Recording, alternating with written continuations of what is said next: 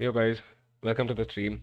We have the loser bracket round 2 today and a couple of matches because unfortunately a couple of teams were unavailable to play in their matches. So this is what the loser brackets look like right now.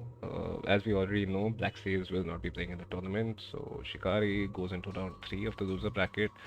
And unfortunately, Supremacy couldn't get their games done against Team Agent, so they are also out of the tournament, which means we have just two sets today between Hitabase and the Ninja Squad, and the second set is between Blitzkrieg and Holy Guns.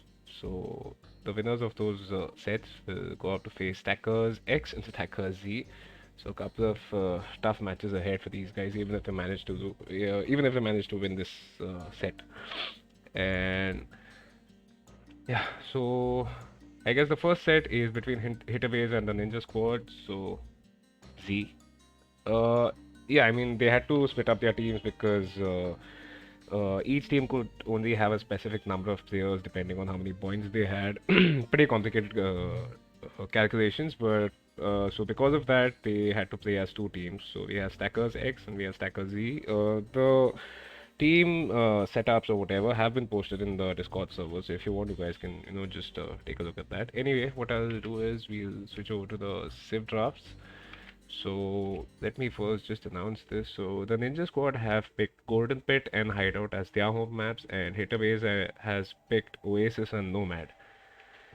So, couple of interesting maps over here. We've got Golden Pit. I would love to see that matchup because I do feel these teams will be pretty closely matched up. And the other one would be Nomad. So yeah, I mean, let's see what matchups we end up getting. And this is what the Civ draft will look like. So we've got Chalupa Batman on the left, who is representing Hitabase, and on the right we have Lord of Swords, who will be representing the Ninja Squad. So let's just fast forward through this. And okay, so we've got a ban for Japanese and Bulgarians by Hitabase. I mean, I've never personally seen these civs being banned yet. And on the other side, we've got Cumans and Franks. So yeah, I mean, Franks I can sort of understand because there is Golden Pit being played on in this set. So Franks with the cheaper castles can be pretty deadly on Golden Pit. Possibly, I think the same thing can be said for Bulgarians, I suppose. So yeah, there is that. And finally, let's just go through the civs. So for the Ninja Squad, we've got Khmer, Mayans, and Vikings. On the other side, for Hitabase, they've picked Britons, Persians, and Portuguese. So Portuguese is a pretty interesting pick this early in the draft. I honestly don't understand why. I mean, they've gone for Ethiopians later on, so I don't know why they ended up going with Portuguese before Ethiopians. But yeah, let's see. For in the squad, we have Lithuanians, Vietnamese, and Aztecs. And for Hitabase, then we've got Teutons, Ethiopians, and Saracens. So I mean, as I was saying, I honestly don't understand the Portuguese pick before Ethiopians, but I mean, we don't have any water maps, right? We've got Nomad, which can sort of function as a hybrid map, but then Portuguese isn't so special on Nomad anyway. So yeah. And finally, we have Indians, Koreans, and Incas for the Ninja Squad, and Huns, Malay, and Celts for Hitabase. So Malay is an interesting pick. Yeah, I mean, I don't know what to say. Possibly, with the hideout map being available in the map draft, maybe we get to see elephants or something. I don't know. Let's see. And yeah, so I guess we can just start with the game over here. Let me just load up the overlay. And yes, I guess we should be good to go. So we've got the Ninja Squad versus Hitabase. And yeah, let's just go there. So we've got Lakshman here, who's playing in the blue as the Aztecs, and his pocket will be Batrikul, who's playing as the Khmer, and the other flank is Zord of Swords, who's playing as the Vikings. On the other side, we've got in red Stiffmeister, who's playing as the Britons. The pocket is Eagle, who's playing as the Persians, and finally we have Chalupa Batman, who's playing as the Portuguese. So I I do believe the civs, or rather the player positions have been pretty consistent over here. I mean, Badrikul usually plays as the pocket. Same thing can be said for Eagle, and the other two players for each team usually play as the flanks. So yeah, I mean these guys. I think by now they should be pretty comfortable with their build orders or whatever. So we should be seeing some close games over here. And I mean at this point they are just scouting the map or whatever. So let's just go through the maps for each and every player. We've got Lakshman. He's got a couple of very nice front wood lines. His main gold is sort of in the front, but you know if he was from the edge of this wood line to this wood line, the main gold can be protected, and he can effectively just wall up to the end of the map over here. His berries are pretty exposed, and honestly, I would say that yeah, I mean, walling this might be an issue, but I mean, let's see. You know, as long as he keeps the aggression forward, the berries or you know the everything else, maybe the secondary goals that he has. Yeah, I mean, let's see what happens over there. He's got a nice stone at the back, and the back might be slightly exposed, but I mean, yeah, let's see. On the other side, I mean, for the pocket, Badrikul, he's got man. Badrikul's map is bloody awful over here because he's got nothing in the front except for his main gold and his main stone, and his berries. I mean, yeah, forget trying to wall this effectively, you know, anytime soon. He's got a couple of nice wood lines at the back, but yeah, I mean his resources are all extremely exposed. So Badrikul has to be very aggressive. If he's not, you know, the whole thing can steamroll and can become pretty bad for him. For Lord of Swords, yeah, I mean even his front is pretty exposed. His stone is exposed. We've got a small okay. So Lakshman just manages to save his scout. And where is Chalupa Batman Scout? So Chalupa Batman Scout is I think he's trying to search for Lakshman Scout over here, but I don't know what will happen about that. But anyways, so yeah, for Lord of Swords, his front is also extremely open, and he's going for some extremely small walls over here. The issue is, okay, I think what he can do here, now that I look at this, is possibly, you know, just wall up from here, maybe to the berries to these houses, and at the back, if he manages to wall up, you know, maybe using the stone and to this, or maybe to the TC, at least he'll have some safe gold at the back, possibly some safe stone as well. For Stiffmeister, we've got, man, Stiffmeister has a pretty amazing base. Mandatum. And some issues pulling the boar over here for Stiffmeister. Grayton. A lot of traffic next to the berries and everything, but yeah, manages to pull it in successfully. But yeah, I mean, Stiffmeister's base is pretty awesome. I mean, he's got three wood lines guarding his front and his sides.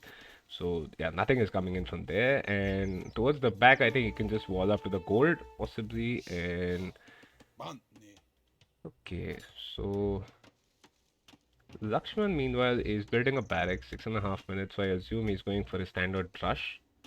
We'll get into that once we just get over the map. So yeah, Stiffmeister's base, I love that.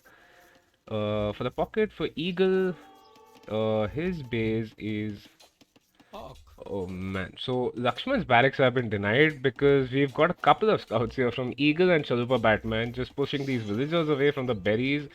The barracks haven't come up, and Lakshman loses a villager over here. So, I mean, yeah, the fact that his barracks has been denied means that he's not going to be able to do his standard rush, or at least, you know, have it be as effective as it usually is. But let's just look at the map for Eagle. So Eagle has a pretty exposed main gold over here. Maybe if he walls to this wood line, but yeah, I mean those would be massive walls. So let's see what he decides to do. His berries and stones are extremely safe. He's got a slightly safe gold at the back. So I mean let's see what he decides to do over there. And finally for Chalupa Batman. So Chalupa Batman, he's got a back wood line. I don't know why he's using the front wood line.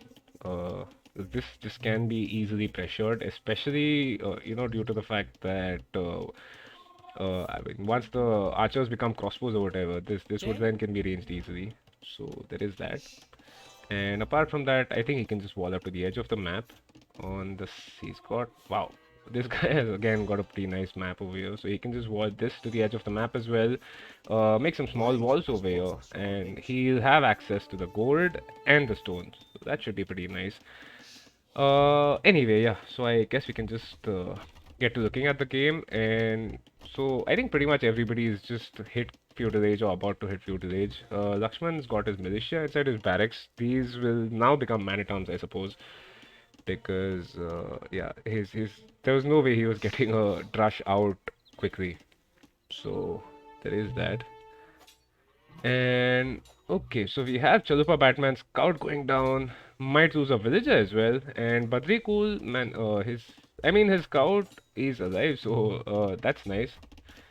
But yeah, and finally we've got Eagle just coming in here to effectively just give his scout away because yeah, Badri Cool already had 3 scouts over here, so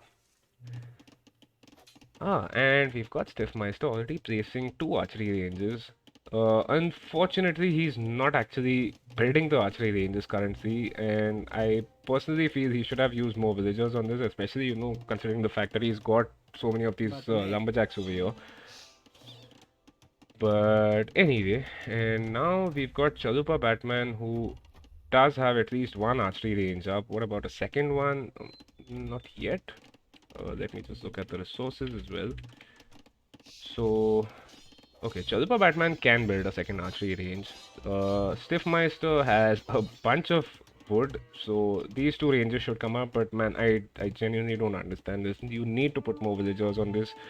Get your ranges up as soon as possible. And Chalupa Batman has already lost 1 villager. He's about to lose a second. He lost 1 at the front. So Chalupa Batman actually has. Let me just look at the eco over here.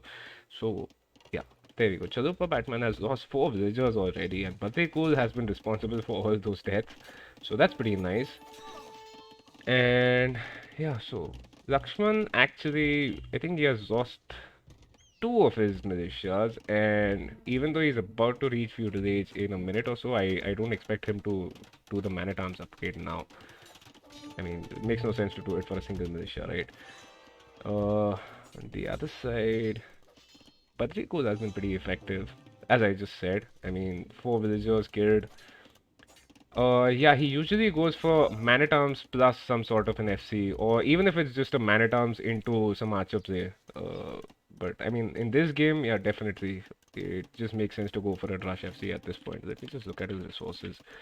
So yeah, I mean, Lakshman has 450, 500 food, almost 200 gold, so he can afford to do that, especially with Aztecs. And yeah, so there we go. He's walling to the edge of the map. His sides are pretty exposed, so it should be interesting to see what he decides to do over there. Going for a range and a market. And on this side, we've got a lot of swords with a bunch of archers. So let me see how many archers. Man, that's 10 archers over there for a lot of swords with fletching. And on the other side, we've got Stiffmeister, Britain archers, 7 of them right now. And they also have fletching. So fair enough. I mean, Lord of Swords has the military numbers right now. He's making more of them, and yeah, I mean, unfortunately, Eagle Scouts haven't been able to do any sort of damage here because they've been busy saving Chalupa Batman for now. I think now finally they are heading towards Lakshman, and although Lakshman is walled up in the front, uh, his sides are pretty exposed, and yeah, I mean, forget trying to wall this in any way or form. So. Oh man, Eagle not even deciding to go and look at the sides. I think possibly to just save Chalupa Batman over here, but I feel like this was the wrong move, especially considering the fact that Chalupa has got like 4 spears over here. The spears unfortunately are chasing the scouts rather than defending the villagers. But anyway, and on the other side, we've got that's 11 archers versus 4. Has anybody got the armor upgrade yet? Okay, so Stiffmeister does have the armor upgrade, but unfortunately his archers are spawning right outside next to these archers from Lord of Swords. So yeah, okay, he manages to just push this away, but I mean ideally at this point, you should just keep the archers inside your archery ranges rather than letting them come out. And yeah, I mean a massive military for Lord of Swords already. Lakshman slowly but surely trying to make sure that he's walled up. I mean, at this point, you know what, it doesn't even matter if you know, whether you wall to, the back of your own map or, try and do a team wall, it almost accounts to, this, I mean, almost means the same thing at this point. Average elo, I believe, is around 1300 or so 1v1. Could be slightly higher or lower. But yeah, I mean that's the average level. And Eagle running into Badrikul's base over here does pay some attention.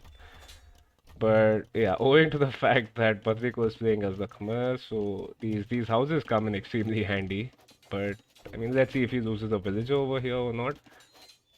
I think he might lose one. Yeah, there we go. So that's one villager lost for Badrikul.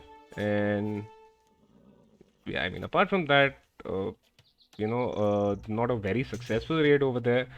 And meanwhile, we've got Lord of Swords moving inside Stiffmeister's base, which means Stiffmeister's completely off board at this point.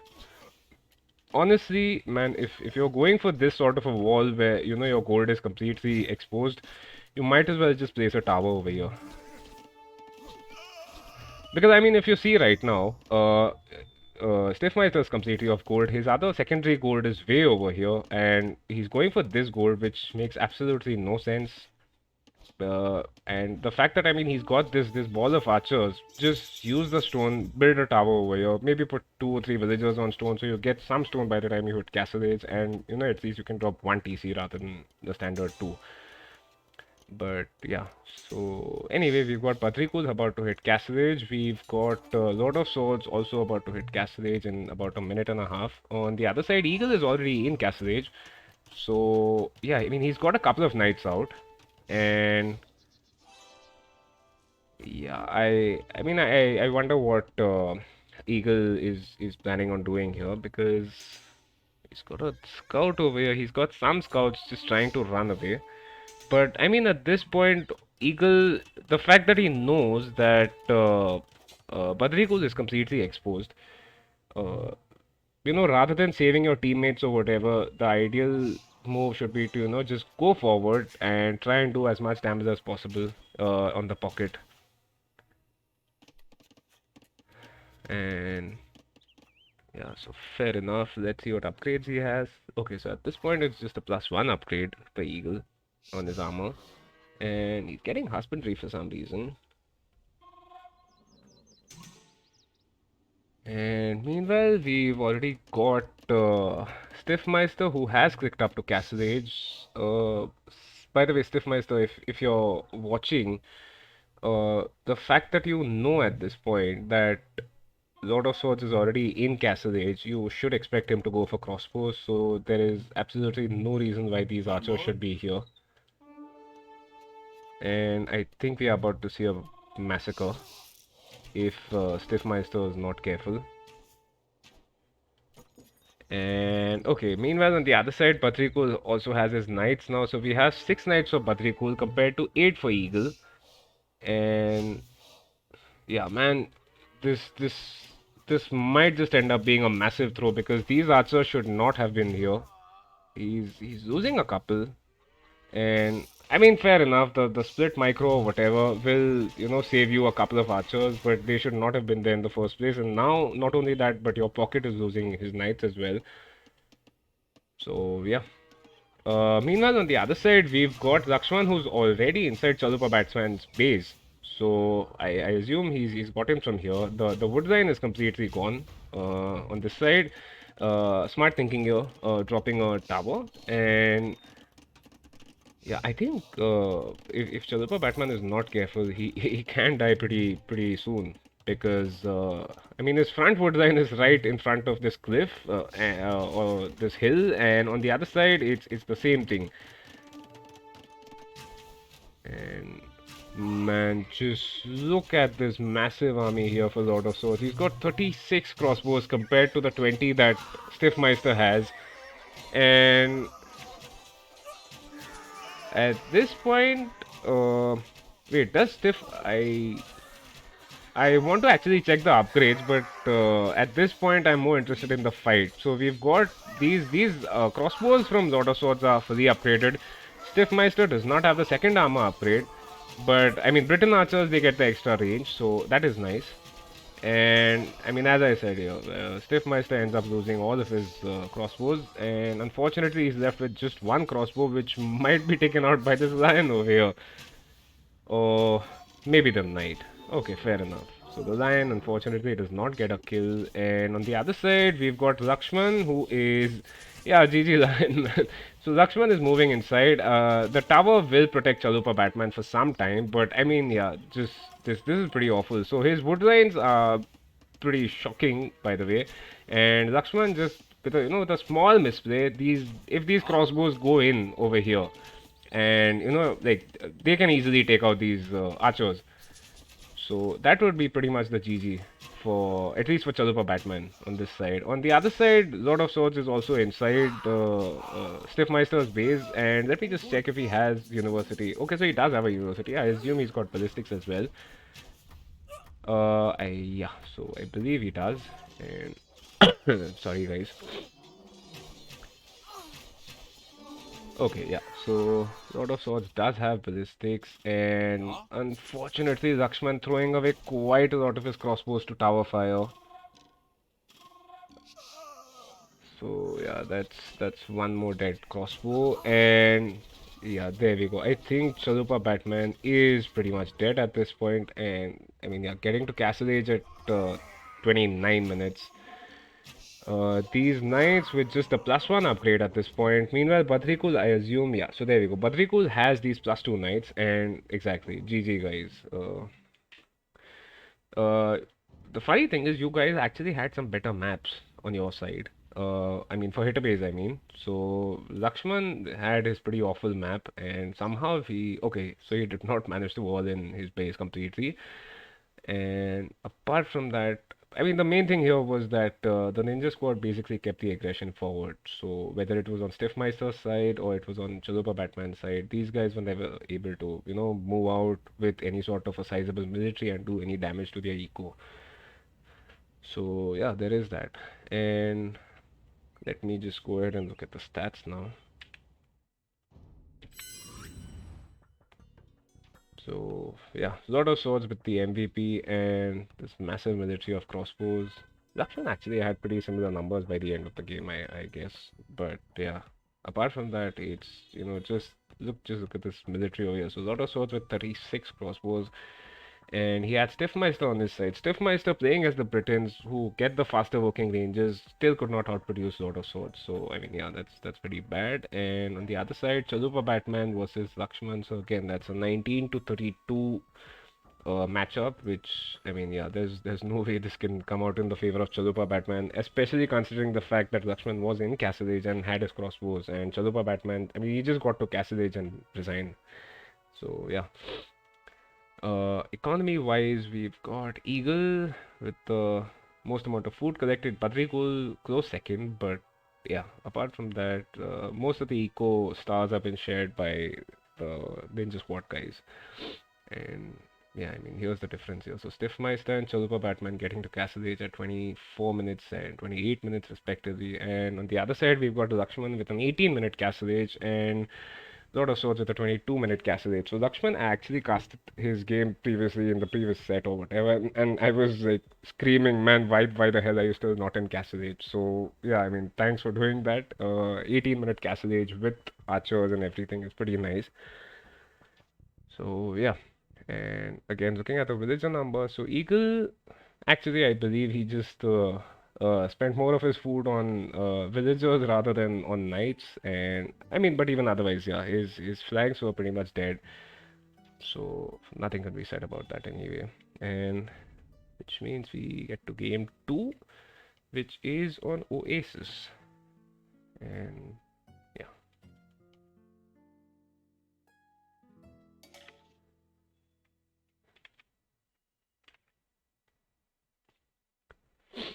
So we've got Lakshman, who is playing as the Incas. Pocket. Sorry, the flank and the pocket is Badrikul, who's playing as the Indians, and the other flank is Lord of Swords, who's playing as the Koreans. So a couple of pretty interesting tower rushing civs. that the Ninja Squad has. And on the other side, we've got Stiffmeister who's playing as the Saracens. The Pocket is Eagle playing as the Teutons. And finally, we have the other flank is Chalupa Batman playing as the Ethiopians.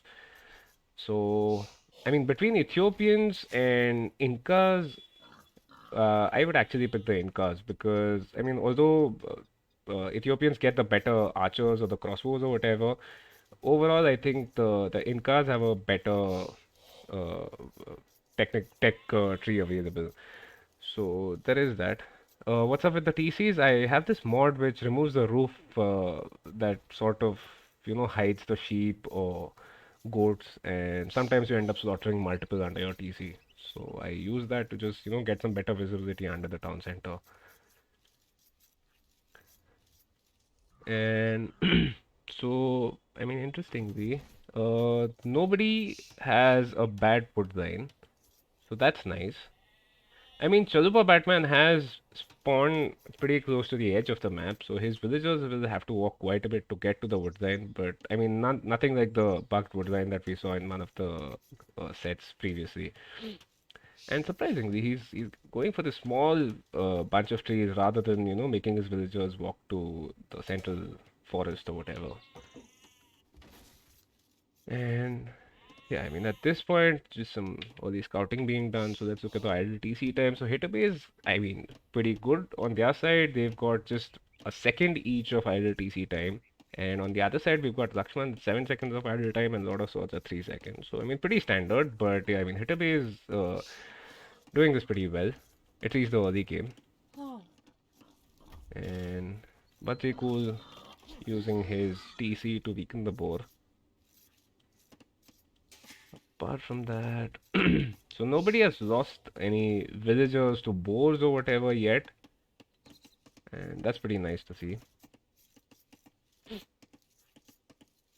The issue here I see for Lord of Swords can sort of make a wall if he wants to, but the same can't be said for Stiffmeister, and he might end up killing his bow outside. Okay, that's a nice though. But yeah, so for Stiffmeister, I find it'll be pretty difficult for him to wall up to the edge of the map. So Stiffmeister should have to be pretty aggressive in this game to just make sure that he doesn't die. Because I mean, in the previous set as well, he was the opponent's flank against Lord of Swords. So I mean, he should have a pretty good idea of how Lord of Swords plays at this point. Uh, Possibly, having looked at the previous sets as well, and apart from that, the previous game itself. So yeah, I mean, he has to make sure that all the aggression is forward rather than towards his own base. And yeah, so some idle TC time now for Stiffmeister. I think he might have just forgotten to you queue a villager for like, I mean, that's almost like what, two villagers worth of idle time right now for Stiffmeister. You want to see Stiffmeister's walling? I mean, at this point, it's pretty much non-existent, and I honestly don't believe he's going to be able to wall that anyway. Because once Lord of Swords gets to feudal age, I do expect him to make archers and go forward. So yeah, I mean, I doubt he's going to get his walls up. On the other side, Chalupa Batman will be able to. Admin for berries. No, as long as the berries or any other resource can be collected from three sides or even two sides, I believe. I'm not sure of the rules right now. But I mean, he has. I mean, just one side is being blocked, so that's fine. That happens with gold. It happens with stone a lot. So it's just something that you have to work with. And Lakshman, interestingly, is not planning for any sort of walls, and I mean, for that matter, neither is Lord of Swords. So they are just focusing on, getting up to feudal as soon as possible and making some military, which makes a lot of sense, of course.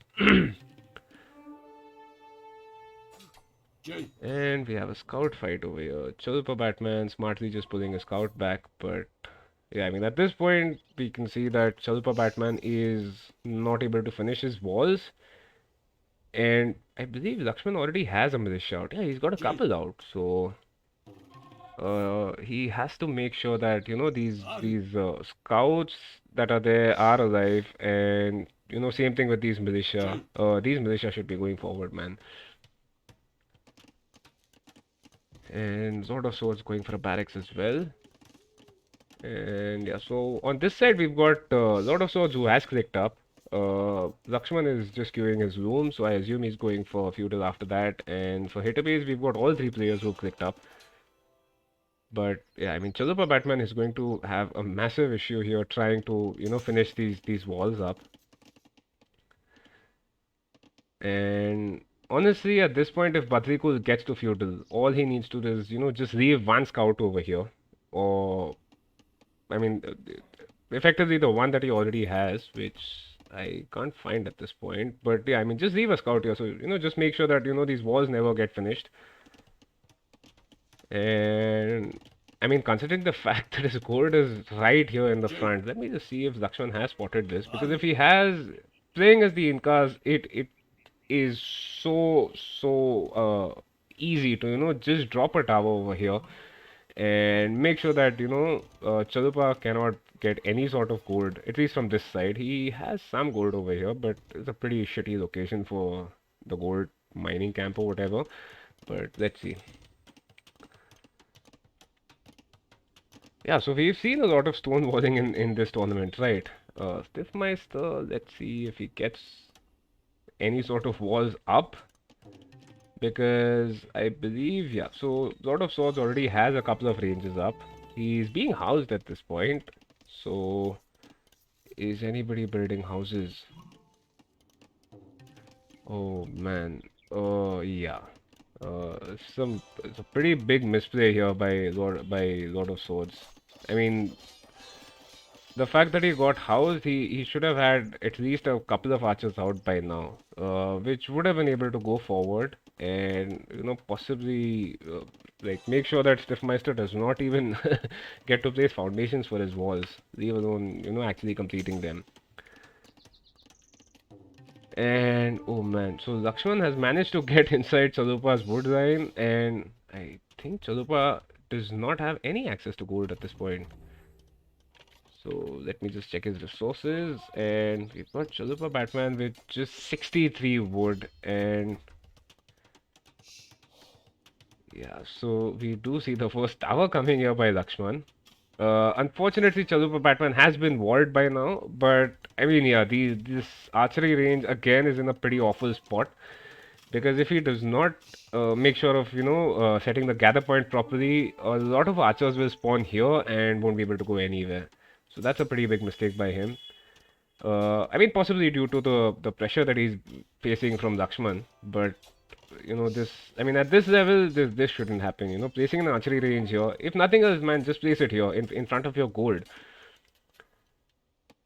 And man, he's losing more villagers at this point. So Chalupa is under a shitload of pressure. There's this tower, there's a forward archery range from Lakshman. He's got a couple of villagers as well. So, yeah, they are just breaking the house down. And on the other side, we've got Lord of Swords again, who has moved inside Stiffmeister's base. Let's just check the upgrades. So we've got fletching, and of course, Koreans get the free armor upgrade, so that's nice for them.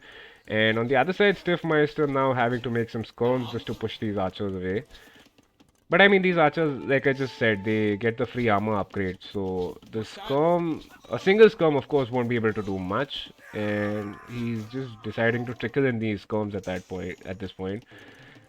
And by the way, Badrikul has just reached Castle Age, so we should see some knights coming out pretty quickly. And man, Chalupa Batman is in an awful position here. Because we've got Lakshman's villagers here, I do expect him, man, at this point, why even place the tower here? I mean, I understand the fact that you want to protect your second tower from your first tower, but you could have just placed a tower over here and done a lot of damage to Chalupa Batman because he's got a single wood line. He's deciding not to use this. I mean, that's the only thing that makes sense at this point. Like, I wonder why he's not using any sort of wood from here. And he's got this main gourd, which is again pretty awful. So yeah. And apart from that, Lakshman, I believe, is completely ward. In fact, that house isn't even necessary. But yeah, just help him, not get housed for a while. And I think Batrikul is just asking for some sort of a gate over here because he. So okay, interestingly, Batrikul is. Wait, where are his camels going? Okay, yeah. So there are his camels, and he does not have any blacksmith upgrades on them. That's pretty interesting. And yeah, I mean on the other side we've got this matchup over here. So Eagle, man, he's just wasting his knight. And Chalupa Batman is wasting his archers over here. So this archery range was in an awful location, as I had said originally. But now with these towers here, this is even worse. And right, so Lakshman is moving forward with his archers. These archers have fletching. Chalupa Batman's archers do not, and has a pretty shocking woodline now. So yeah, I mean, I think this is pretty close to a GG actually, because we've got Lord of Swords applying a lot of pressure over here. Stiffmeister at least has both the upgrades on his archers and his combs, but I mean, I don't think he has a number. So we've got 10 archers for Lord of Swords, and we've got just 5 scones and 2 archers for Stiffmeister. And this poor archer seems to have ended up outside the tower over here. But anyway. Mm, I find these wars by Lord of Swords extremely interesting. I mean, the decision to try and ball from here to as close to his lumberjacks as possible rather than just finishing up the wall here. I mean, yeah, I don't understand that, but regardless, I mean, Lakshman's towers will go down at this point. These knights should be able to take them, especially now the fact that these are fully upgraded knights, or at least with the armor upgrades. But yeah, on the other side we've got Badrikul, who I expect to be massing up camels, and he's okay. Wait, so Badrikul only has 2 camels at this point, and compare that to 6 knights for Eagle. So I I don't know what Badrikul is doing right now. I mean, these 3 camels will not be able to kill these Teuton knights with the extra melee armor. So, yeah, let's see. And Lord of Swords going for 1 TC extra. I believe that's the only TC he's placing right now. So, he's going for a 2 TC play. And, yeah, Lakshman ends up losing all of his archers, I believe.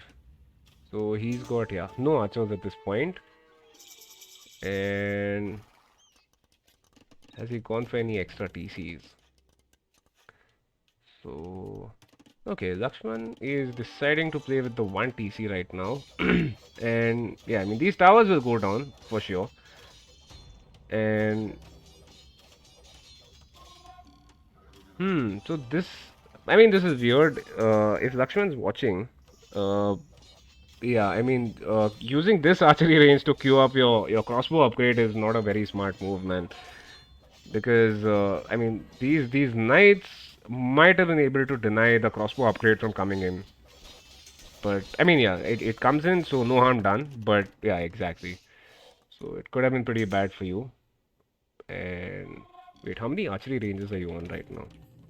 Okay, so you've got 2, I believe, and the third one is being built, but of course you'll end up losing the forward one, I assume. And right, so we've got some camels from Badrikul now. And on the other side, so Chalupa Batman is still a minute and a half away from Castle Age. So, I mean, he will get to Castle Age, but just like the first game, it will come in at about 26, 27 minutes. Just pretty bad. Ah, and on this side, we've got Lord of Swords moving forward with the siege. He's got 20 crossbows. So let's see what Stiffmeister decides to do over here, because Stiffmeister is, I mean, he is in Castle Age, but he's going for the Elite Skirm upgrade before his crossbow upgrade, which is, I mean, at this point you're so far behind that none of your military, your 4 archers or your 2 elite storms is going to be able to push this away, especially with with the fact that there is a ram forward over here. So Eagle needs to come back to save his flank, because if he doesn't, there's a pretty good chance that Stiffmeister will just die completely. And let me just take a look at the upgrades. So yeah, these have the +1 attack upgrade now, but I mean in front of this ball of archers or crossbows, 20 or so of them, let me just check. So that's 21 crossbows forward here, and yeah, so Stiffmeister is pushed off the gold completely. Is he using any sort of secondary gold? Wait, somebody seems to have missed these 3 sheep as well, but I mean Stiffmeister is not on any secondary gold yet. And wait, where is he migrating? Oh man, so he hasn't even scouted that extra gold over there. And Eagle is pretty much, I mean, his army, he's got 5 knights, but there's no point sending these knights forward, because these 20 crossbows should be able to take them easily. And oh man, this is some pretty rotten luck here for Stiffmeister, because he has not seen the extra gold over here. Let me just check if Eagle has. So Eagle hasn't spotted it either. And yeah, I think this is GG pretty much on Stiffmeister's side. At least he manages to kill a mangonel. But yeah, I mean, apart from that, and on this side, we've got Batrikul moving forward. A smart move here by Chalupa actually to just place a tower to, save his gold. But yeah, I mean, these guys can now just go to the pocket and finish it off completely. Because Lakshman is here. No ballistics yet, but I mean, yeah, this is pretty dire here for Hitaways. So I think we are about to see a GG pretty soon. And let me just take a look at the resources. So Stiffmeister has 0 on gold, and for Chalupa Batman we've got 9 on gold, but nobody on wood right now. And yeah, I mean, this is pretty awful to see here, but I do wonder why Chalupa Batman never went for any sort of a lumber camp, close to this forest or inside this forest, because, yeah. So he now has no access to wood, and even though he has a bunch of gold right now, I mean, there's no way coming back from this.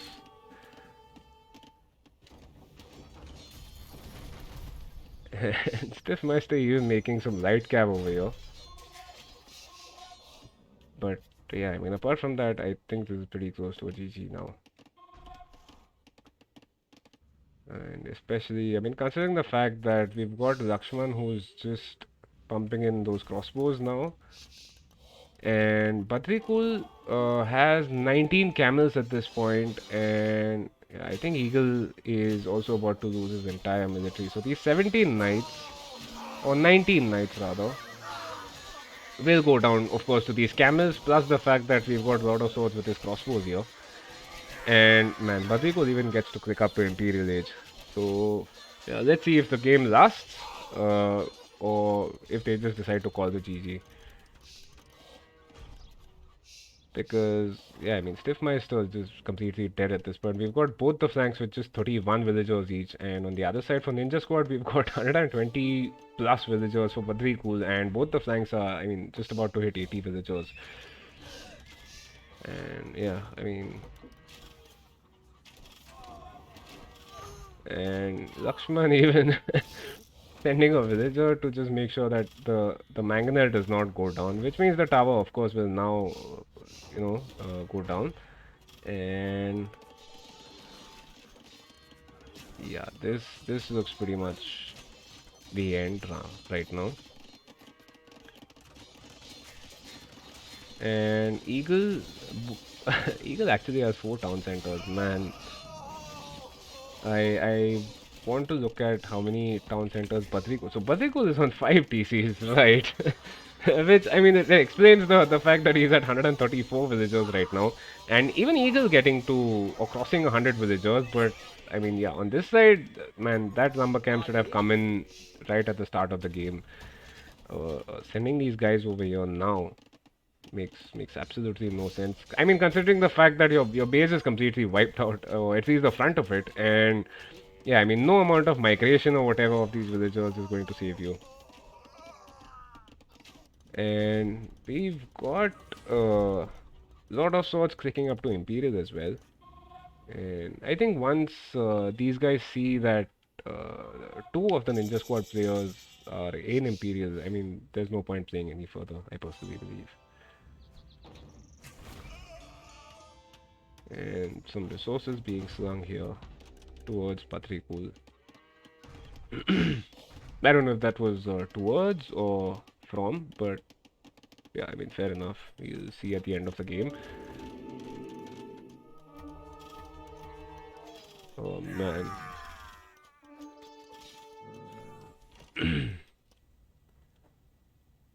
So yeah, Chalupa Batman with just 11 villagers at this point, and I mean, honestly, I don't understand what's going on here because now it's just 10 villagers, and we have a crossbow coming out from Chalupa Batman, so I need to find that crossbow, man.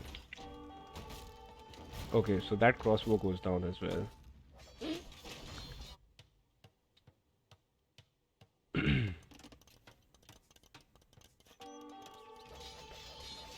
But I mean, yeah, at this point, yeah, I don't see the point of continuing any further. I mean, at 9 villagers, and I mean, if your teammates are pushing forward, it still sort of makes sense. But none of that is happening, so yeah, there we go. So Eagle just decides to call the GG at this point. And fair enough, because this this was a pretty convincing set here by the Ninja Squad. And GG's to hit a base as well. Hope you guys had a lot of fun in the tournament, and we hope to see you in the next tournament as well. So, yeah, these are the updated scores. Let me just go ahead and take a look at the stats here. So, Patrikul, the MVP with 85 kills and just 33 deaths. And yeah, I mean, these guys, they just had more numbers, whether you're looking at the military or you're looking at the economy, and just completely outplayed Hitabase in this set. So, yeah. And the fact that two players managed to get to imp on their side. Lakshman, I didn't actually check his resources, but I mean, there was no point for him to even click up, considering the fact that Chalupa Batman is completely dead. And yeah, this just shows you the difference in the levels. Because we've got both the flanks not even crossing 45 or 50, let's say. And on the other side, except for Lord of Swords, both the other players managed to get to across 100 villagers. So yeah. GG's guys. Let me just update the scores on the brackets as well.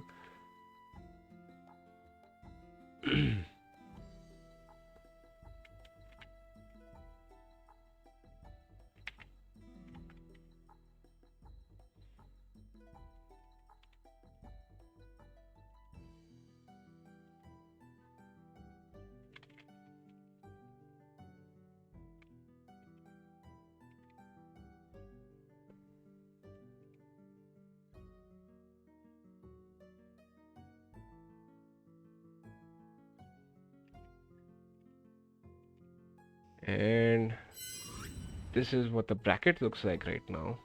So we've got the Ninja Squad going forward to face Stacker's X. And the second set that we'll be watching today is Blitzkrieg versus Holy Guns. So let me just load up the Civ draft. And regarding the maps, we've got Holy Guns has picked Team Islands, Hideout, and Oasis as their home map. So I don't know why these guys are picking 3 maps each, but yeah, whatever. We've got Team Islands, Hideout, and Oasis for Holy Guns, and for Blitzkrieg side, we've got Nomad, Arena, and Golden Pit. So yeah, I mean the fact that we have team islands over here, and on the other side we've got a clown map arena, so it should be interesting to see what strategies these guys go for. And this is what Civ draft will look like. So we've got on the left we've got Zeus representing the Hooligans, and on the other side we've got Lord Talbot who is representing Blitzkrieg. So yeah, these are what the Civ drafts look like. Wait, which one was banned? Uh, I mean, we've got PJ in the chat, so might as well just get it from the horse's mouth which maps were banned. Anyway, looking at the Civ draft, so we've got Hooligans banning Cumans and Mongols. Okay, so Team Islands and Arena were banned, and that is unfortunate. Would have been a couple of fun games. Anyway, and on the other side for Blitzkrieg, they've banned Indians and Britons. And finally, if we just get to the civs here, so Hooligans has picked Saracens, Mayans, and Khmer as their first three picks. On the other side, we've got Lithuanians, Vietnamese, and Ethiopians. So, yeah, I mean, it's pretty surprising to see nobody going for Franks or whatever in the first, the first picks. And instead, we have them going for civs like Vietnamese or whatever. Yeah, I mean, let's see how the games end up going. So now we have Persians, Vikings, and Aztecs for Blitzkrieg. On the other side for Hooligans, we have Franks, Koreans, and Magyars. Okay, and finally, again for Hooligans, we have Portuguese, Chinese, and Incas. And we've got Spanish, Japanese, and Slavs for Blitzkrieg. So, should be interesting. Let me just load up the replay over here.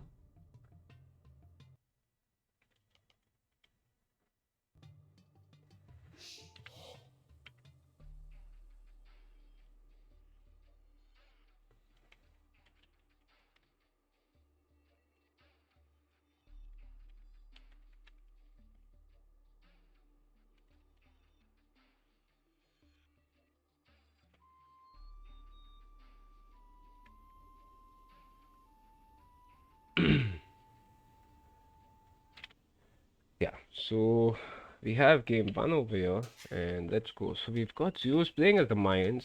I mean, you can just spot that considering the fact that you have to get zoom instantly if you're playing as the Mayans. So we've got Zeus playing as the Mayans.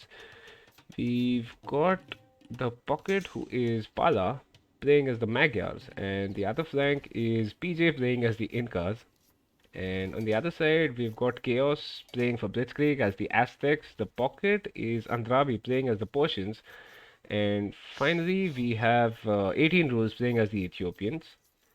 So, man, these guys are pretty close actually. So, we've got 18 Rules. I believe he's actually closer to Zeus than he is to his own Pocket. But, I mean, the fact that his base is Man, this is a shocking base here for 18 rules. Uh, I mean his secondary gold is right at the edge of the map, and yeah, I mean that is I mean there's no way to protect that gold. His main gold can be sort of protected if he uses his wood line to wall to the stone, but apart from that, his side is actually pretty well covered, and his back is Wow. pretty well covered. His berries are extremely safe, so that's nice. But yeah, I mean the front is pretty awful for 18 rules. Looking at Andrabi here, so yeah, I mean, even his front is completely open. Some pretty bad maps here for everybody. Even in the previous set, we had the same issue, and a couple of nice designs at the back, and this stone is pretty nice as well. So yeah, I mean, you see, where most of the action is. And meanwhile, for Chaos, we've got his main gold completely exposed. So I mean, he can still wall it up, if he decides to wall up maybe from here to where the deer are, and from there to the wood line, the gold can be sort of protected, but then it will come under attack, from the hill. So with the hill bonus, those walls won't last a long time, especially considering the fact that he's playing against the Incas player, PJ. So PJ has a nice wood line at the front, and I think he can just wall up to the berries and try and plant some sort of walls around. I mean, from the berries to the stone and stone to the wood line on this side. And I mean, yeah, this side is pretty standard. I mean, these days, yeah, maps are pretty open on Arabia, but He's still got some cover over here, so if he wants to, he can manage to make sure that he is walled completely. Over to the pocket. So Pala is he's got a nice wood line at the back. His berries are extremely safe. His forward gold is actually behind the wood line, so that is pretty convenient for him. I mean, he can just wall up from this tree line to this one, and that will give him some safe access to gold. So should be interesting to see. And finally for Zeus, Zeus again has a pretty open front of the map, and his berries are extremely exposed. So is his main stone. His main gold can be protected. I mean, if he just walls up from here to where these deer are, and from there to the stone, should be fine for him. So let's see. Let's just look at the TC idle time in the meanwhile. So we've got some pretty massive idle time here for 18 rows, 22 seconds. We've got 18 seconds for PJ. So there's that. We've got Pala with 10 seconds of idle TC time and 9 seconds for Zeus. And yeah, so just some boars being pulled in. And I mean, for Zeus, we don't even need to look at the boar laws as such, considering the fact that he's playing as a Mayan, so his villagers have room instantly. So he should be pretty safe, but yeah, I mean, this is a pretty bad board though for Pala. And I believe he's pushing the deer at the same time. Oh man, that's unfortunate. But yeah, I mean, he was pushing the deer, which meant that his attention was sort of split between the boar and the deer. And the deer being an absolute bastard over here. So we have a... Oh man! Zeus manages to kill the villager here for 18 rules. Wait, how did he manage to kill a villager so early? And we've actually got a villager here dying for PJ as well. So unfortunately we missed that, and I believe that is the remains of that villager. So it might just be a villager dying to boar because we've got a boar over here. So I mean PJ is in the chat, so he can just clarify and confirm whether that was the villager that just died. Meanwhile, at this point, just some scouting being done here. But I mean, the fact that 18 rules is so far away from his pocket. Yeah, exactly. So boar death. Rest in peace. So yeah, I mean, we should be expecting to see a lot of action here. In fact, if you look at it, Chaos and PJ are also pretty close to each other, but then they've got their pockets to support them. And the fact that we've got Pala, who is actually pretty close to both of his teammates, so we can expect Zeus to have better support compared to what 18 rules will have. And yeah, everybody just clicking up to feudal age at this point. And we've got a couple of militia out here for Chaos. So, I mean, this is most definitely a man-at-arms play. And I mean, pretty late actually, if I might add, because by 10.5 minutes, all three militia should be inside your enemy's base. So, okay, I mean, he will manage to do that. Okay, and so those are the three militia just going in, getting the man-at-arms upgrade as soon as possible.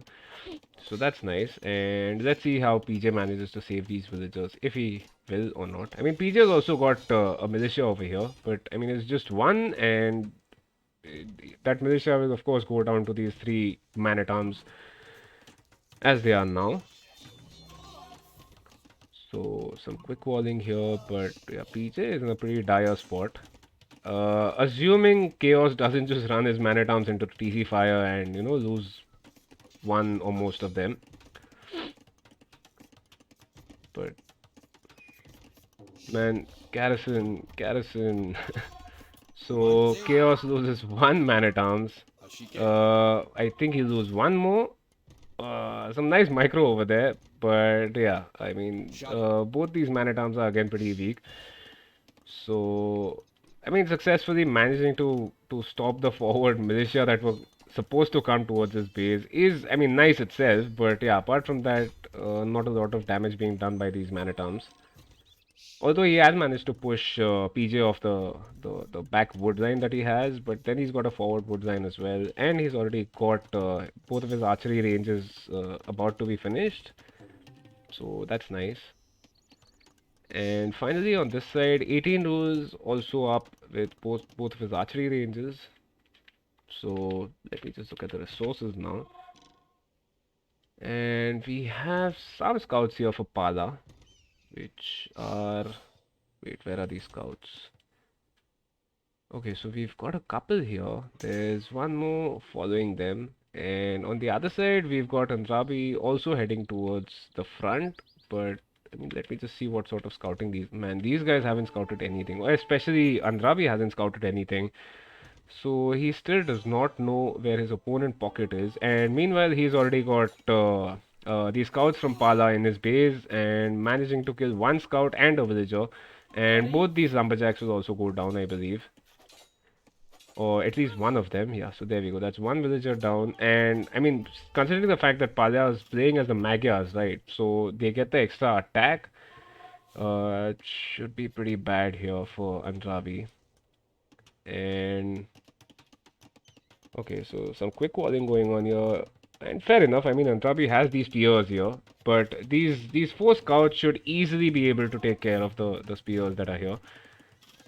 Small misplay here by Pala running his military into TC fire, but yeah, I think overall at this point, I would personally pick Hooligans, to be in the lead because they've got more kills, and Andrabi will end up choosing his scouts as well. I mean, engaging with Magyar scouts is a bad choice anyway, and the fact that he's got less scouts. Yellow explored map. Yellow's exploration of the map is pretty shocking actually. So yeah. And meanwhile, we've got some archers here for the Ethiopians player. 18 rules, and man, Zeus will actually run his archers into these archers over here. Let me just check the upgrade. So 18 rules has fletching. Zeus has fletching as well, and the fact that he's playing as the Mayan Zeus, so he's going to get the cheaper archers, which means he needs to make more of them.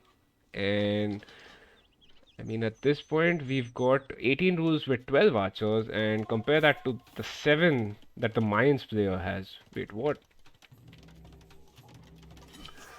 Ah, so Zeus was on a single archery range at this point, which is, I mean, this is a massive misplay by him. He needs to get both his archery ranges up, especially, he's playing as the Mayans player, so the the archers being cheaper, you need to make sure that you have the buildings to, just start pumping them. And okay, interestingly, we've got Chaos who's made a team wall.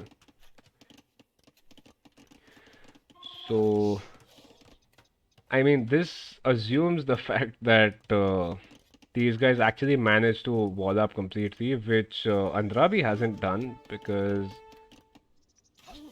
yeah, so, I mean, as I was saying here, 18 rules with a much bigger military and Zeus just throwing away his archers. Because, I mean, most of these archers for 18 rules still have most of their health, and compare that to what Zeus has, yeah, it's pretty bad for him. And meanwhile, we've already got Pala who's clicked up to Castle Age. So, on the other side, Andrabi still hasn't. Hey Slytherin Snake, thanks for the follow, man, and welcome to the stream. And we've got 18 rules going forward, but wait, why is he just deciding to pull back at this point?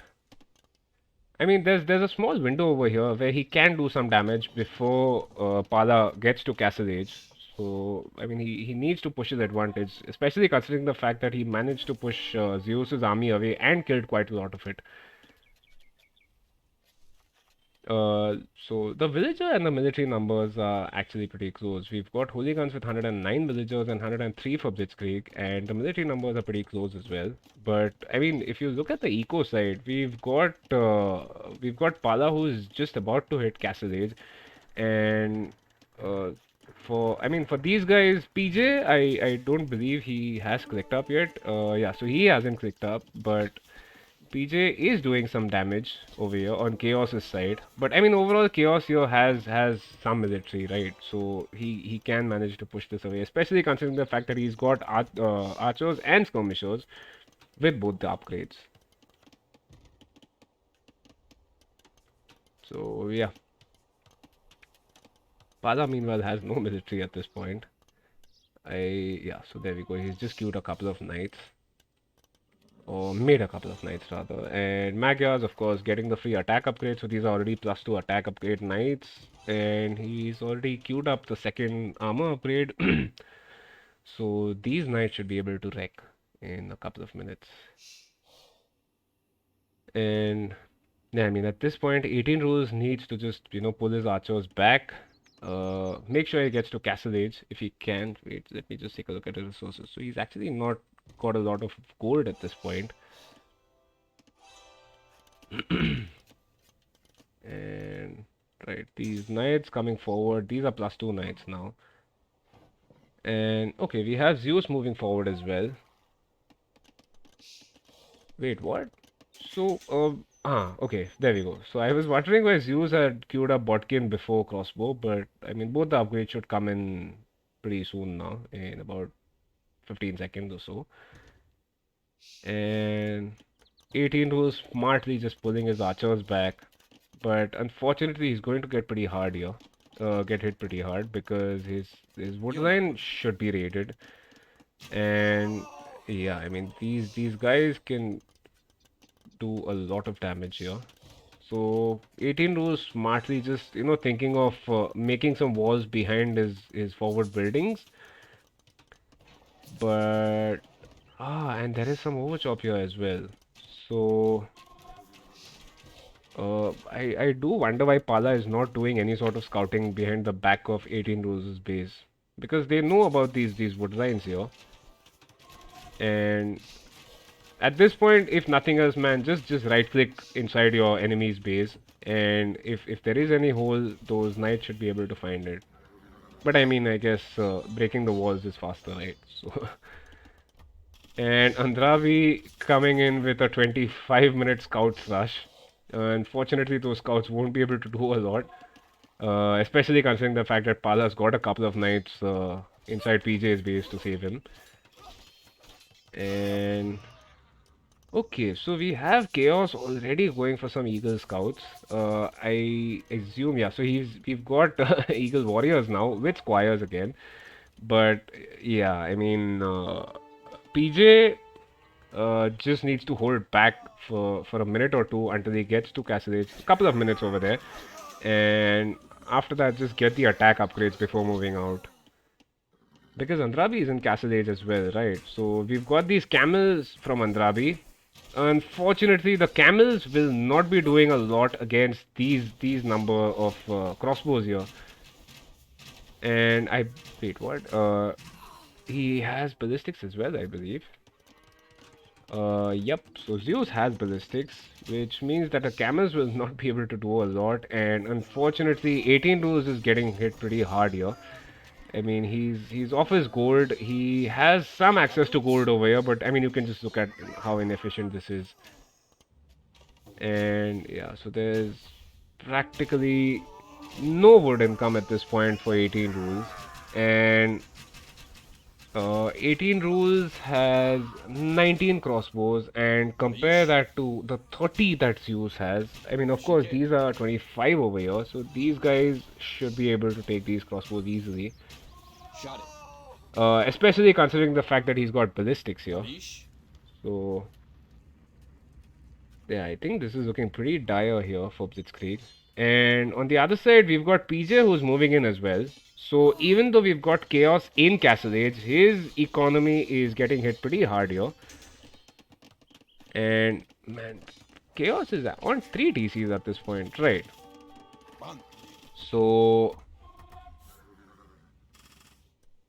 Chaos has hardly any military. He's got a couple of Eagle Warriors and a Spearman over here. But yeah, I mean, against these number of knights or whatever, there's nothing that can be done. And on the other side, I mean, these guys are running their archers into town center fire quite a lot, which is a massive mistake. Man, Zeus is using so many of his crossbows. Holy shit. But I mean, apart from that, he's got the numbers here. He's got 31 crossbows still alive. So yeah. And Pala is, wait man, these are some extremely ambitious walls, especially considering the fact that you've got a massive hole over here. Let me just check his scouting. So he does know about this. I wonder why he hasn't, just decided to wall that in as well. But I mean, yeah, these +2 knights, I wish he had more because these guys can easily take down the TC. But I mean, yeah, right now Pala is just wasting his knights under TC fire. And yeah, I mean, even though we've got chaos with Eagle Warriors, unfortunately they won't be able to do a lot against, this ball of 22 crossbows. And yeah, I believe at this point 18 rules is pretty much close to dead because he's at just 36 villagers here. Compare that to Zeus's 56, and we've got 36 villagers here. 35 here for Chaos. Compare that to 50 for PJ. So yeah, I mean it's pretty bad. And Chaos could not even get his initial siege workshop up, so he has to build a second one at the back over here. And yeah, so they just decide to call the GG at this point. I mean, there was no coming back from this, right? And especially considering the fact that Zeus had completely finished off 18 rules on this side. So yeah, GG's guys. We've got one game going for the Holy Guns, and let's just take a look at the stats here.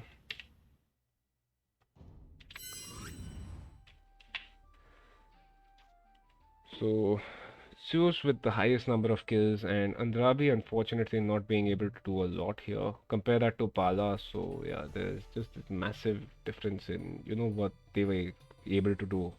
Pala with his knights managed to get 32 kills. Compare that to Andrabi with his camels or whatever, just got 9 and managed to lose 19 of his units. So that includes the military and the villagers, of course. And economy wise, yeah. So apart from 18 rules, putting his villagers on stone by the end, which of course didn't make a difference. We've got, all the eco awards going for the Holy Guns. Technology wise, again, Pala playing a pretty good game. Unfortunately, the same can't be said for Andrabi. So yeah, GG's guys on game 1, and I think game 2 is on Nomad, right? So which means that capture age will not work. So rather than wasting any more time, loading it up and then figuring out that there's this issue, what I'll do is I'll just switch over to the loser bracket and let me just restart the game with capture age not loaded. So give me a second here.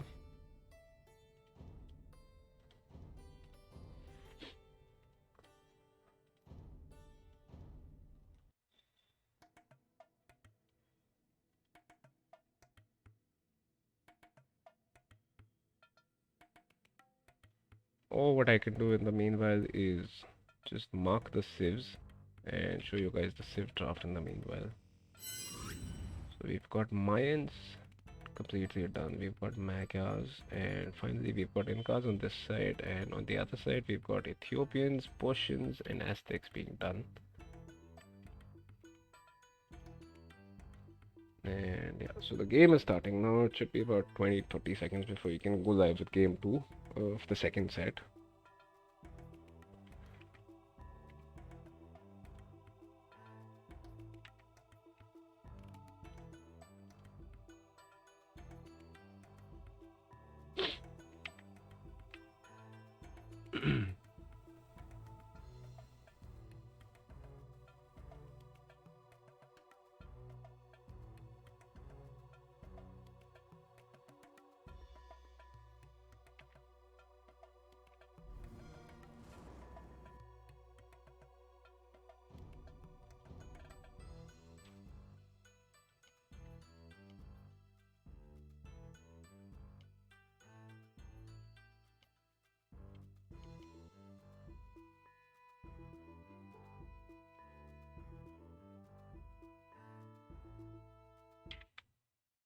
So yeah, we are in game, and what I'll do is I'll just turn this overlay off because it does not correspond to the UI element. So anyways, yeah, we can go live over here, and we've got Zeus's perspective. So Zeus is playing as the Koreans over here.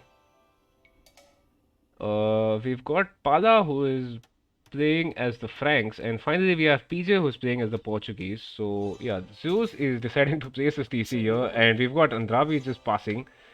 Of course, there's a 5-minute treaty, so there cannot be any sort of villager fights or whatever. And Zeus is moving forward, so this will be Zeus's base. It's pretty nice actually. He's got close access to berries. He's got some pretty nice gold over here, and a couple of, or even like pretty much 3 or 4 very nice wood lines for him. He's got some close access to stone as well. So Zeus's base is pretty nice actually.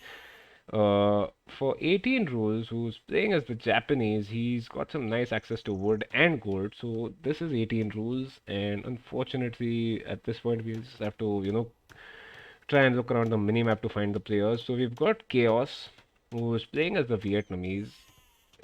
He's got some pretty nice access to wood, but his gold will be dicey for a while at least. And finally, we've got. Wait, where are these guys moving?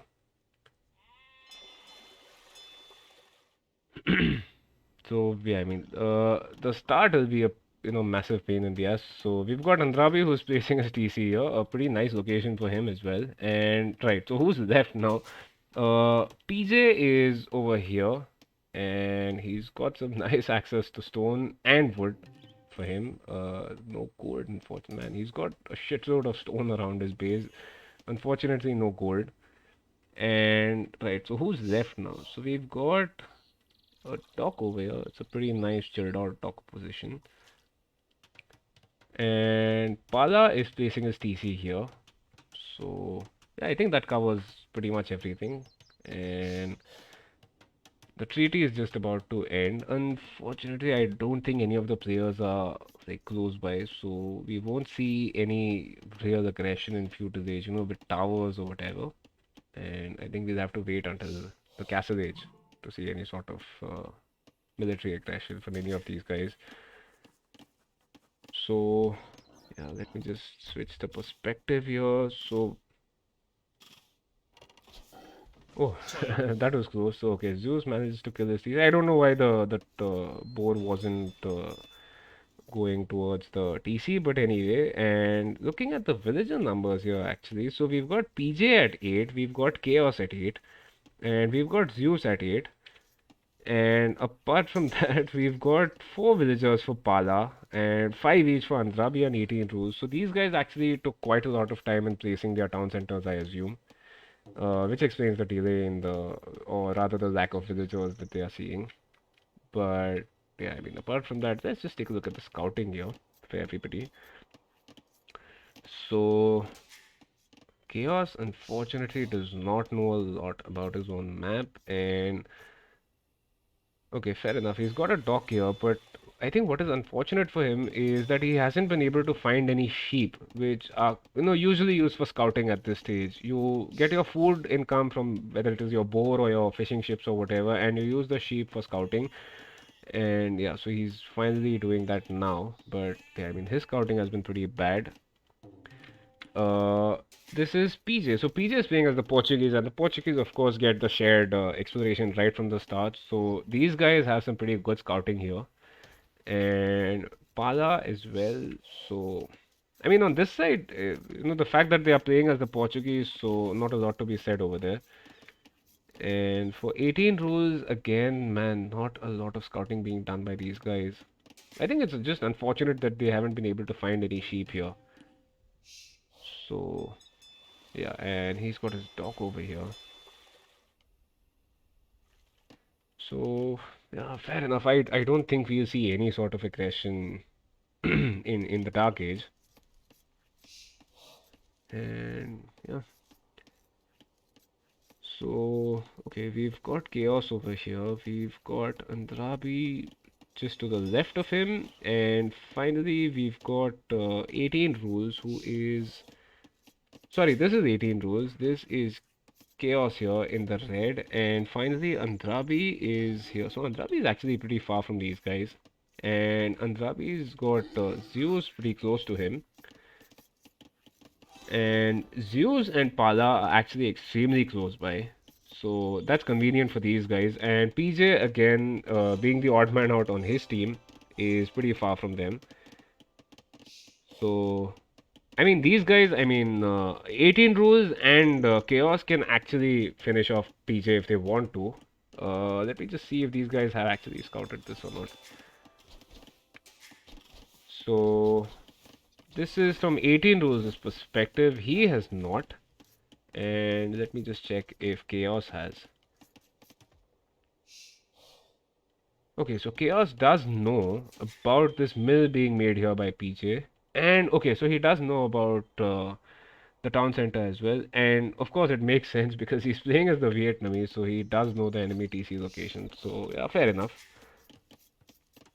Which does mean that they should be aware that PJ is pretty close by, and they can actually finish him off single-handedly, or rather, do a 2v1 and just finish off PJ completely. Villager numbers. So Pala had just 16 villagers. Man, I think at this point what has happened is Pala is not. Does Pala even have a dock? Wait. Yeah, exactly. So Pala does not have a dock, which means that he's got an extremely small number of villagers, and the fact that he'll have pretty bad food income.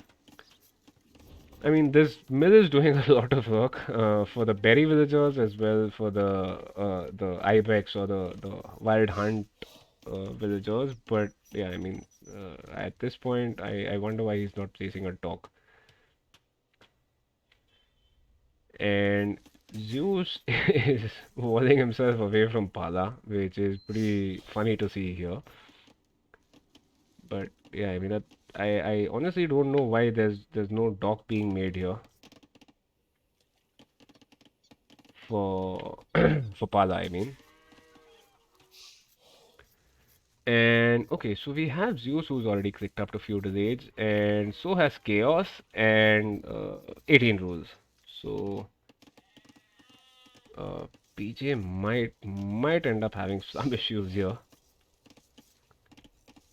because of course he's not clicked up and he does not have the food to click up at this point.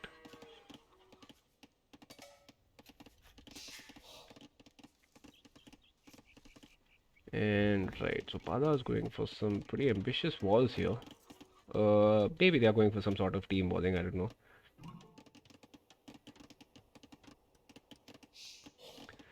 And Andrabi is here playing as the Spanish, so he's the one away from his teammates, and he's already on a couple of docks here, right? So, at this point, of course, it's just making fishing ships, but we should see some military coming out pretty soon. And has Pala even made a dock yet? So Pala has not made a dock. I at this point, if you do not have a dock, there is a very good chance that you'll just die because your two teammates will not be able to save themselves against the three on the other side because everybody on Blitzkrieg's side has made a dock. So yeah, just some walling or whatever being done at this point, but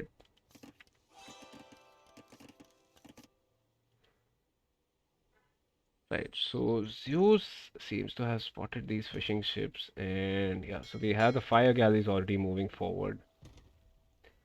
But overall, the fact that Pala is not making any sort of naval units might end up working against them long term.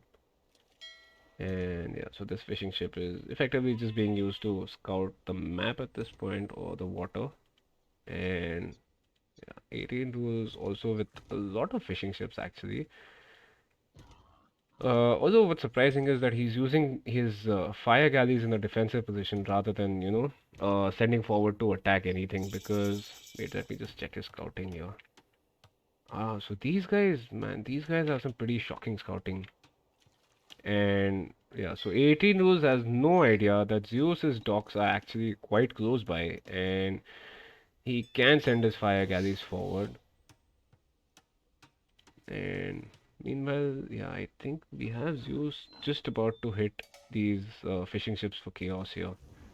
Yeah, there we go.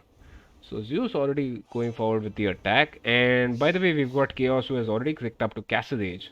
So he's actually about to reach Castle Age in almost the same time that it took for Pala to get to Feudal Age. So yeah, I mean these guys they seem to have learned their build orders properly, especially for Nomad because Blitzkrieg are just I mean they are playing just better overall, or at least the meta compared to what Hooligan seems to be doing over here. And right, so we've got an archery ranger from 18 rules. So that's just one archery range at this point. He's playing as the Japanese, so of course we have access to fully upgraded archers or arbalists or whatever.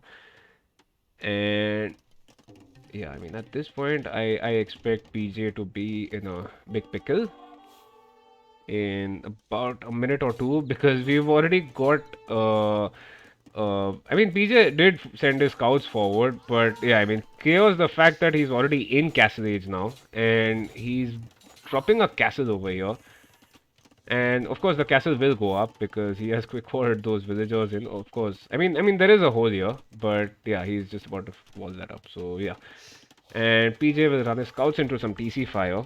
Might end up losing at least one scout. Okay, fair enough.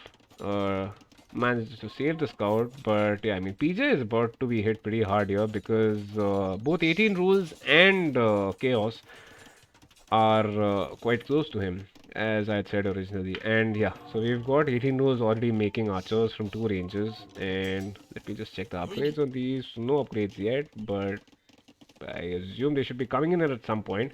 But I mean, he's also clicked up to Castle Age, right? So PJ, yeah, I I I personally feel PJ might be dead before he even gets to Castle Age or manages to do any sort of thing in Castle Age because he's between two players here effectively, and both these guys, or at least Chaos is in Castle Age. 18 Rules is about to get to Castle Age, and yeah, PJ does not have the resources at this point.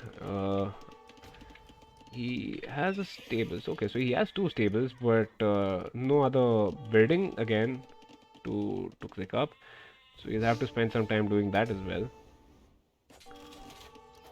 And we've got some Ratan archers already out for chaos. No upgrades yet, but he's got the blacksmith up, so the upgrade should come in soon. And yeah, so chaos still has 5 villagers on stone, so I assume he's going to drop at least one more castle here. And we've already got archers coming out for 18 rules as well, with both the upgrades, I might add. And yeah, so PJ, I mean, at this point, I think PJ is just making an archery range to make skirms, but yeah, I mean, I don't think it is going to work. Or maybe I think it is just to get to Castle Age, because like I said, he did not have the buildings for that. So, I mean, fair enough. I think he's just about to click up to Castle Age. Or maybe not. But yeah, I mean, over here we've got 18 rules has pretty much completely wiped out Zeus's fishing ships. And okay, Zeus. Ah, okay, so there are still some fishing ships alive for Zeus, but I mean, otherwise, overall, yeah, this is looking pretty bad for hooligans. And okay, so PJ does click up to Castle Age, but I mean, at this point, what can he actually do? I mean, Pala is already in Castle Age, and he's sent some knights to protect PJ, but I think Pala himself is about to be hit pretty hard here. So,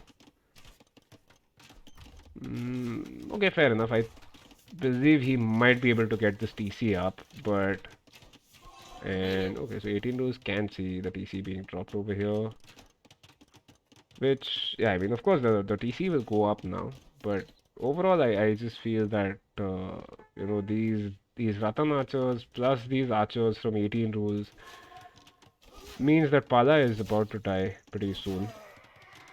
And these Frank Knights don't even have the +2 armor upgrade, so yeah.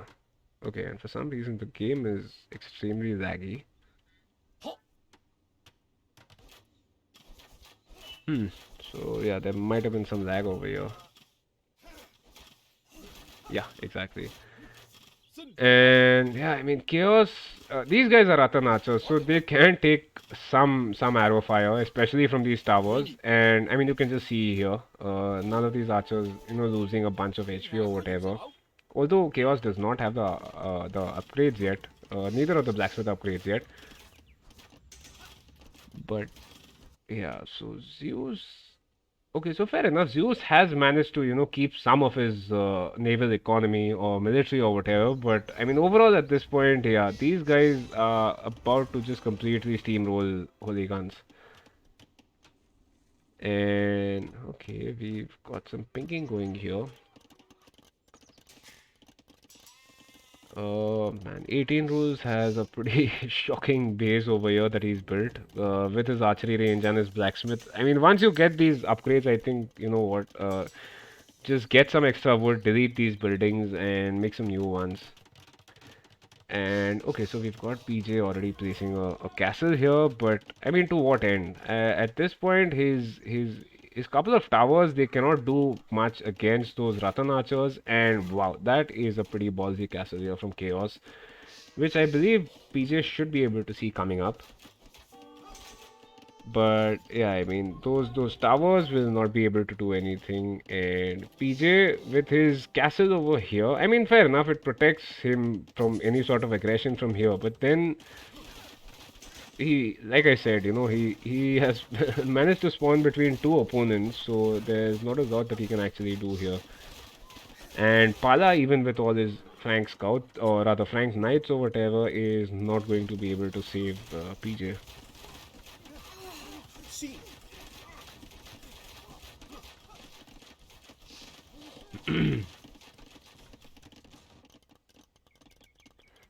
Oh man, 18 Rules has still got this pretty shocking base over here, and honestly, I don't know why he's deciding to just keep his archers over here. These archers, yeah, exactly. These guys need to be in front, doing as much damage as they can, especially considering the fact that these guys are in the lead massively over here.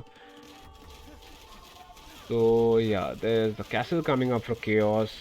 Chaos surprisingly does not have much in the way of upgrades over here, and I mean, considering the fact that he's got enough resources to get Botkin. I genuinely don't know why he's not getting the upgrade at this point.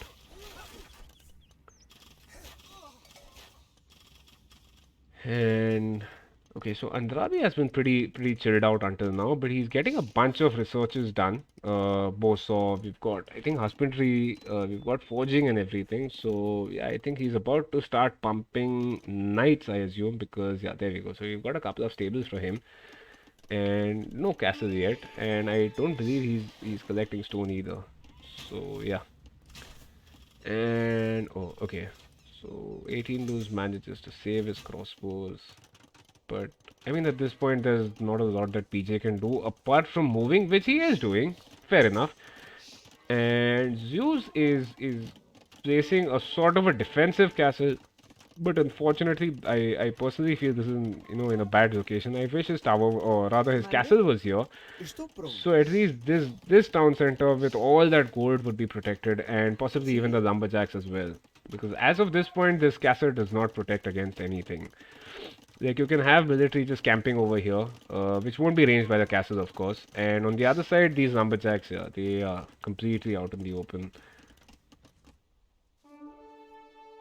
And so, I mean, as expected, these fire galleys, of course, will go down to these fire ships, but at this point, the naval warfare does not matter much. And we've got Zeus.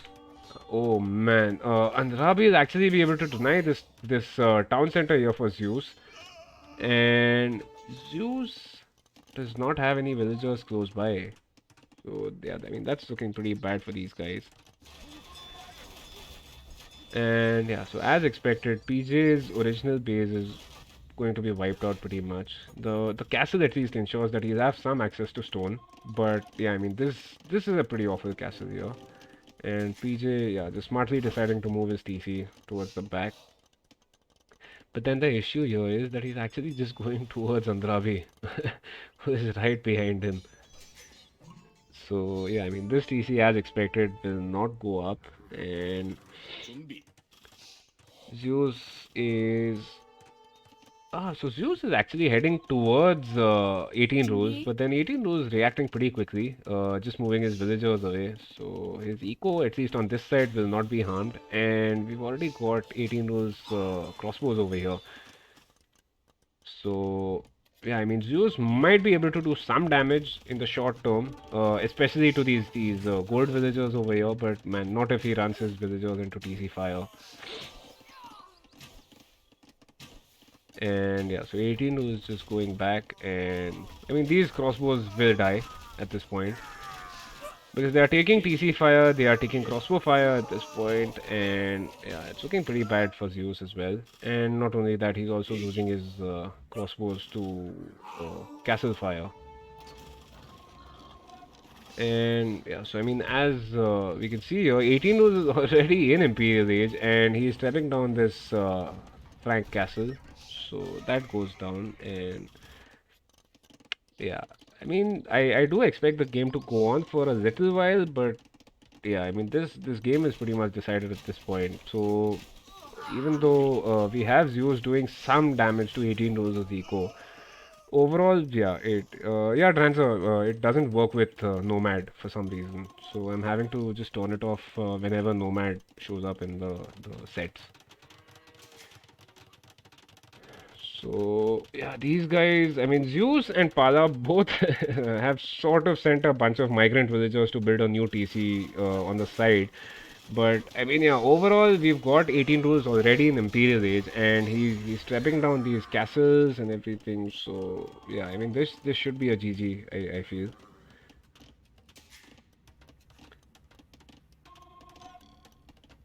And yeah, so Zeus, unfortunately, I do not. Oh, Zeus still has some fishing ships available. So I guess it's just something that Blitzkrieg has missed. And at this point, of course, the warfare has moved entirely onto land. So, I mean, even though there is some water military, as we can see here for Zeus, but yeah, I mean, these fishing ships at this point are not doing a lot of work, especially, considering the fact that they're having to go so far just to collect some fish and some more migration going on. I mean, on this side, it makes no sense for Zeus or Pala. If they are expanding, for sure. But I mean, apart from that, yeah, this looks pretty dire for these guys, especially with the fact that PJ is at just 55 villagers right now and just 6 military. So even though Chaos on the other side does not have the military, he has the eco. And okay, so finally his Ratan archers have been fully upgraded. And we've got Chaos, who has also clicked up to Imperial Age. And finally, on Hooligan side, we've got PJ, who has clicked up. So PJ is actually get to Imperial Age faster than his teammates, which is pretty surprising, considering the fact that he was hit so hard on his side. And a couple of doubt stables over here, but okay, so we've got Andrabi collecting a bunch of stones, whether it is just for castles or if he's planning on making any kongs, I don't know. We should see in a couple of minutes. And yeah, I mean, no, 18 rows already in Imperial.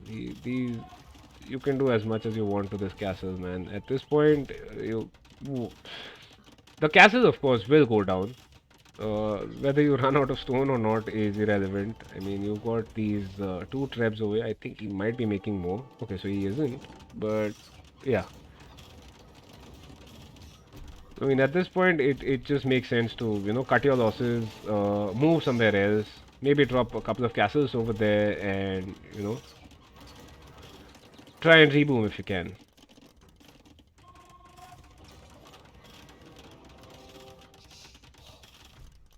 And okay, on this side here, so I mean, fair enough. PJ does get to Imperial Age, but what is he planning on doing now? Because Andrabi is already inside, or just chilling around PJ's base, and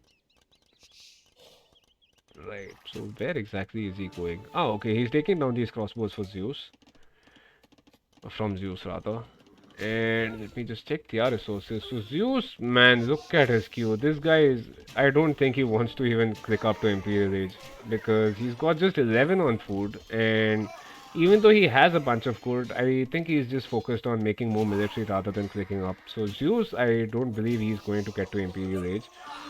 And for Pala, let me just check his resources as well. So yeah, I think he's also focusing on Castle Age right now rather than, clicking up to Imp. And I mean, on the other side, we've got Chaos and 18 rules in Imperial Age. And let's just check Andrabi. So Andrabi also does not have the resources and he does not even have the production building. So he's got like I mean, this is like wait, 16 or 17 knights being queued from two stables. Hey Hunt, V1, welcome to the stream and thanks for following. So, yeah, I mean, Andrabi is at just... Wait. Andrabi is at 78 villagers, so I assume some of that is fishing ships, as we can see here. But apart from that, yeah, so Andrabi is actually pretty weak on this side. I mean, his eco at least. And PJ is now even trebbing down Chaos's castle.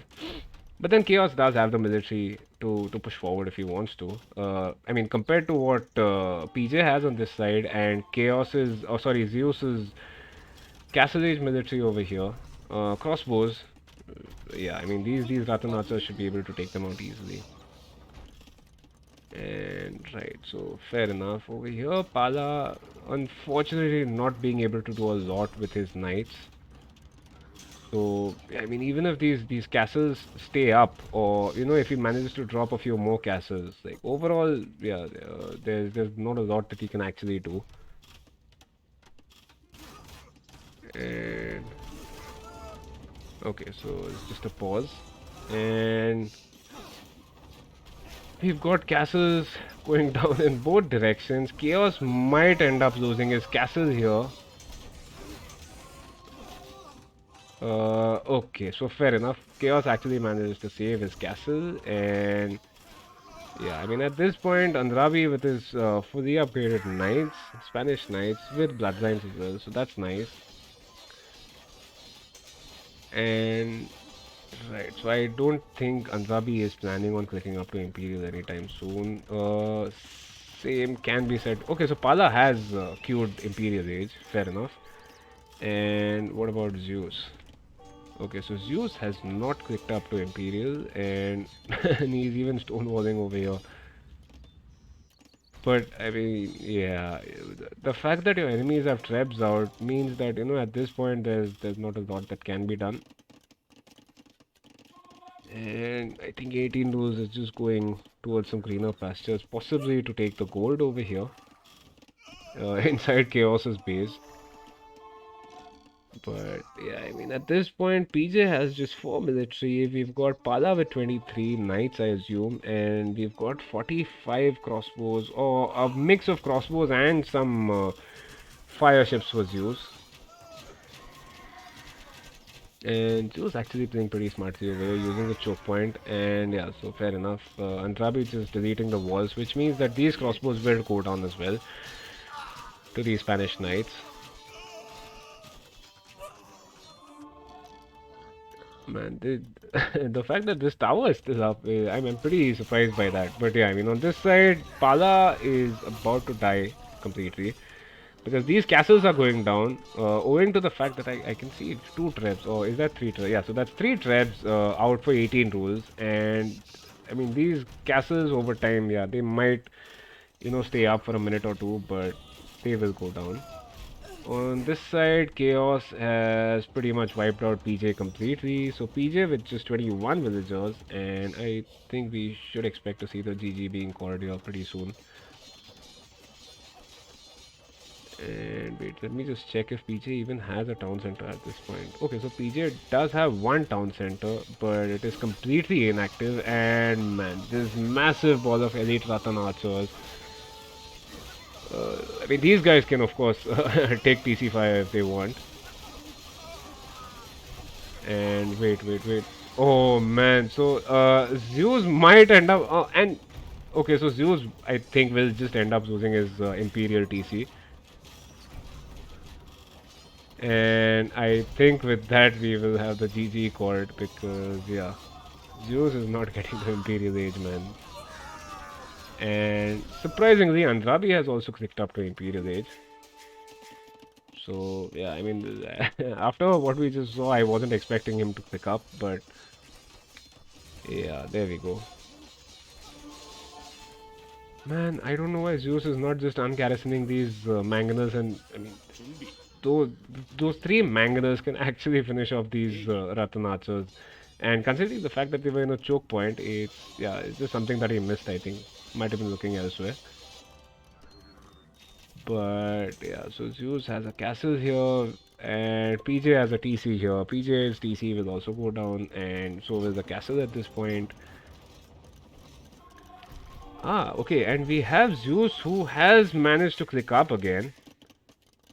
So, yeah, I think Zeus will manage to get to Imperial Age this time, considering the fact that his TC is so far away from everything else. But yeah, I mean, I don't expect the TC to, or rather the Imperial Age to give him any sort of an advantage.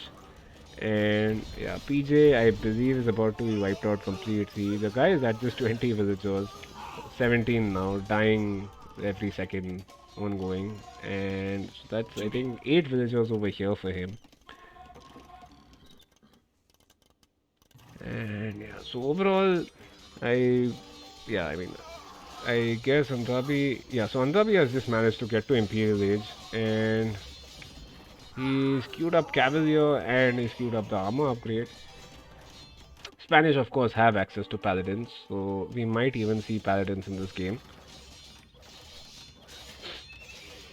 And yeah, so Andrabi now building a TC over here, where Zeus at one point had his design set on this gold. Wait, what is being pinged? Ah, okay, so there's a small raid coming in for Pala, but yeah, I mean, these guys, they just decide to call the GG at this point because, yeah, there was nothing left.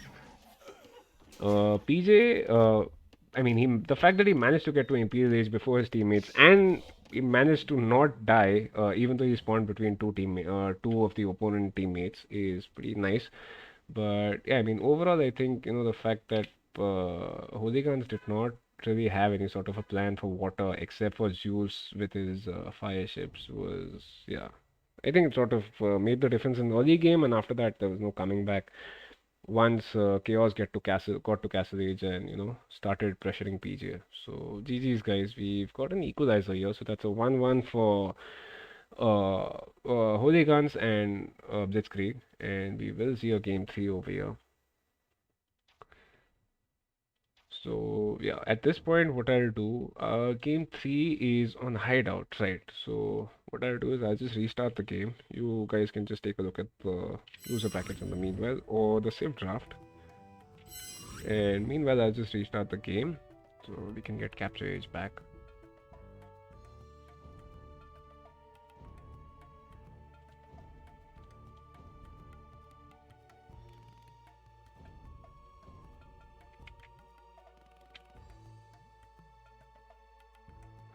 So we have Franks being done with, we've got Portuguese being done with, and I believe third save was Koreans, right? So wait, was it Koreans or Saracens? I forget. Anyway, on the other side, we've got Vietnamese, we've got Japanese, and we've got Spanish. So yeah, and let me just. Sound is too low. Man, my mic is at full chat right now. I've raised the volume slightly. Let me know if this fixes it. Right. So it was Koreans. My bad. And yeah, just restarted the game, so we can go to the game 3 in about 30 or 40 seconds.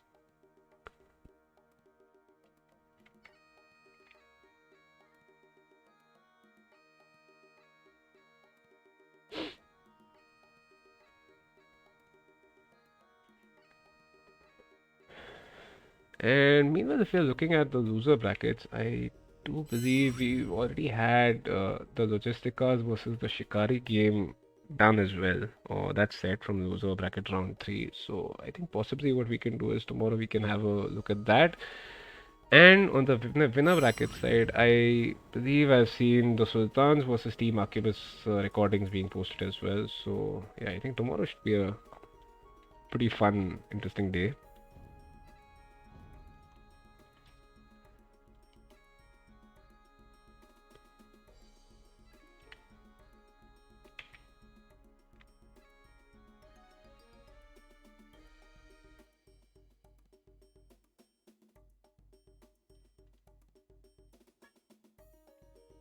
Yeah, so we are in game now, and this will be game 3 on Hideout, and let's go. So we have Zeus playing as the Saracens. His pocket will be Pala, who's playing as the Khmer, and finally we have PJ, who's playing as the Chinese. And on the other side, we've got Andrabi, who's playing as. Wait, what? So Andrabi is playing as the flank with Lithuanians. We've got the pocket who is Chaos playing as the Slavs, and finally we have 18 who's playing as the Vikings. So Lithuanians flank. Just this should be pretty interesting. I mean, of course, this is hideout, so it doesn't make that much, of a difference compared to what you would see on an open map. But yeah, I mean, still, seeing Lithuanians as a flank is not something that you see every day. And so the deer have spawned outside, which means they have spawned outside for everybody else as well. And it should be interesting to see, if anybody decides to push any Ibex or whatever. Yeah, so we have Zeus already planning on doing that, I see here, because he's got this water buffalo right next to his gate. Unfortunately, the Ibex isn't being too cooperative. And we might see Andrabi doing the same here. Is he or is he not? Okay, fair enough. He's got a water buffalo as well, so we should see that from him. And okay, so pretty much everybody deciding to push Ibex at this point, except for 18 Rules, who sent his scout to actually scout. And on this side, okay, so PJ is not pushing any deer either. And I mean, we've talked about hideout a lot, so especially with hideout, if there is any feudal aggression, you have to make sure that, if there is any feudal aggression towards you, if you can manage to defend against that and go for an FC, you will have a massive advantage. But if you cannot, manage to defend yourself, or if you have some extremely forward resources, you can die. No, man, we don't have the option to subscribe because we've not actually gone with the partner program or whatever. Not yet, at least. We might do that in the future. But I mean, thanks for the gesture regardless. And we've got Andrabi who's just chilling with his scout over here. I wonder why he's not using his scout. Because, I mean, he has not scouted the entire map, so there's no reason for that scout to be idle. But anyway, we see that 18 Rose has not actually decided to push any deer, and uh, Andrabi, I think, just gave up. What about Zeus? So Zeus does have a couple of Ibex inside his base. One, I think, has already been consumed, but I mean, let's see if he decides to go with these Ibex or not. One nice thing here that I can actually say is that these if any team decides to sort of use this opportunity to wall up, we don't have the forest extending far to the edge of the map. So anybody who actually decides to wall up their side of the base will have to spend a shitload of wood in doing it. Speaking. And yeah, so at this point, everybody just doing the standard build order stuff, I assume. And no villagers being lost to boar or whatever. Although this is pretty interesting. Okay, so wait, Pala, I think he's sending these villagers forward to just mill these ibex. I mean, whether he decides to build a mill or not, We'll see. But yeah, he is choosing to take his Ibex at this point. Nobody clicking up to. I mean, of course, this is still early for a feudal, but we might see Andrabi going for a fast feudal. Uh, since he's playing as the Lithuanians. But I mean, considering the fact that this guy has not scouted anything yet. Yeah, so these guys, they don't even know who their opponents are. Let me just check on this side. So, okay, so 18 rules has found Zeus on this side, and what about Chaos? So, yeah, Chaos, I think, is just interested in scouting, for the extra resources right now. Scouting for Zeus, Zeus has not scouted anything either, and I think wasting way too much time at this point trying to push the Ibex.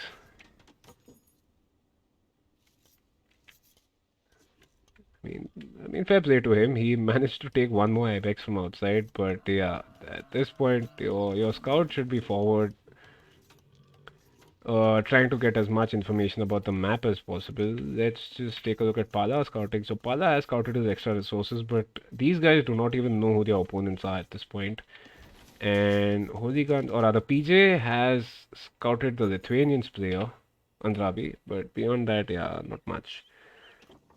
So some pretty bad scouting actually by both the players. And yeah, so okay, we have Pala who is placing a couple of farms. I think I know what he's doing. Playing as, I mean, any civ, if you got a bunch of villagers collecting, whether it is food or whether it is food or whatever, any sort of resource, you don't actually need to drop the resource to the specific building. You can just build a farm, and yeah, exactly. So you can just build a farm, and the resources will be deposited into your bank or TC or whatever. So yeah, that's a nice play by Pala.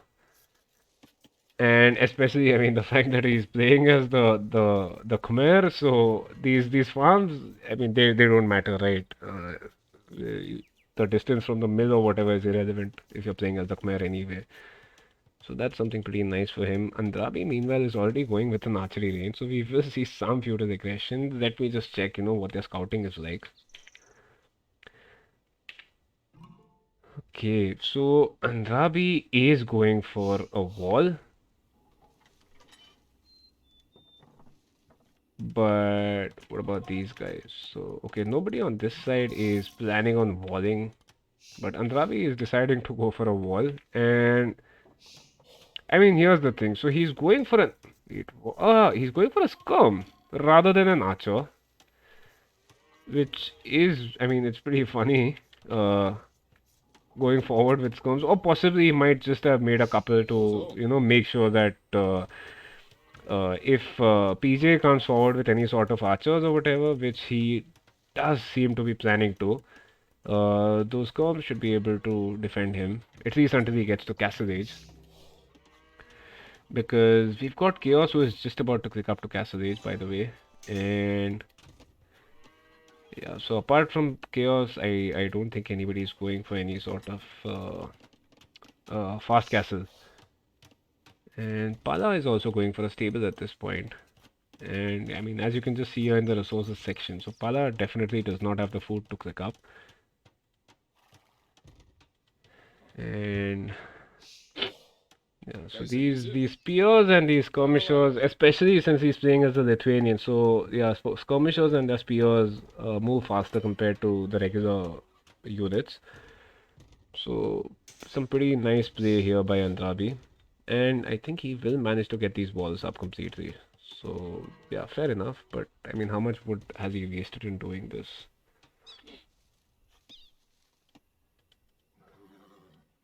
And we've got some idle scouts here for Zeus and for 18 rules. And yeah, so Pala already in Castle Age. Meanwhile, Chaos is also clicked up as well, so he should be there in about a minute or so. And apart from that, what is PJ doing? So PJ actually has not scouted a lot of the map, and I think at this point he realizes that his enemy is completely walled up. And Andrabi, not content on just building the palisade walls, is planning on placing more and more buildings behind this. So that's nice. And okay, over here we have 18 rules who's going forward with his archers with fletching. So yeah, that's nice. These are 11 archers here for him. And on the other side we have Zeus who's also got 14 archers. Unfortunately with no upgrades yet. Does he have the blacksmith up?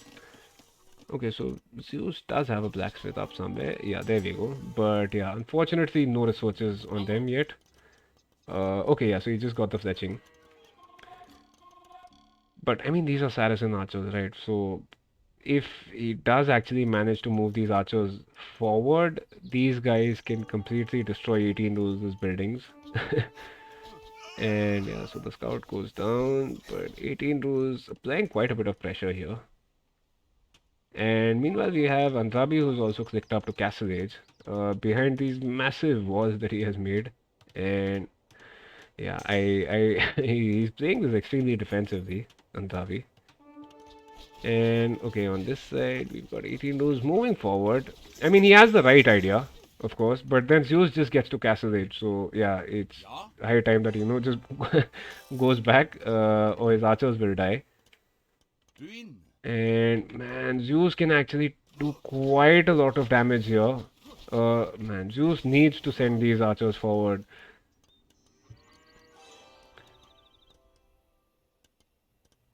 And yeah, I think he's just asking for some help from his pocket. Yeah, so we've already got a knight coming out for Pala, and man, this is nice. These are already +2 knights.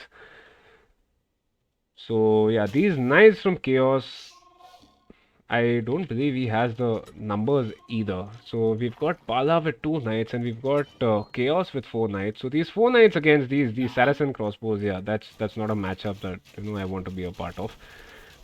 From the cavalry side at least. And yeah, so Zeus at this point, man, Zeus can simply just finish these production buildings, and the fact that 18 rules is gold is so far forward. If anybody decides to go in for any castles here, 18 rules can completely die. Because you drop a forward castle here, and that effectively means that 18 rules has no access to gold on this side. He might have some on the side, which yeah, he's planning on using here. But yeah, this is like completely open. And especially considering the fact that these guys decided to not to wall up their side of the map.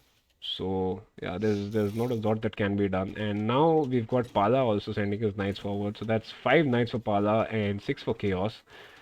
And Pala has both the armor upgrades, and compared to that, Chaos has just the 1 armor upgrade. So, okay, Chaos is getting the second one, but I think he'll end up losing his knights before he gets the upgrade. Yeah, so I think he's just deciding to throw them to the crossbows.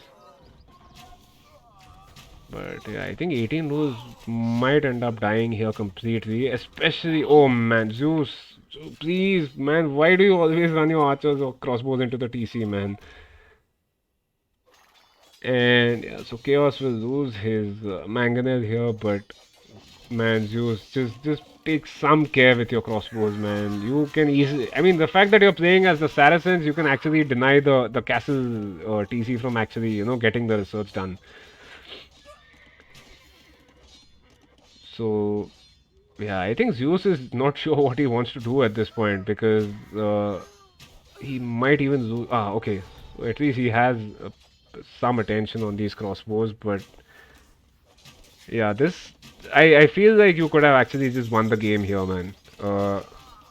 Instead, you decided to go, shooting houses or whatever. But I mean, fair enough. You will get, the crossbow upgrade not coming in for 18 rules.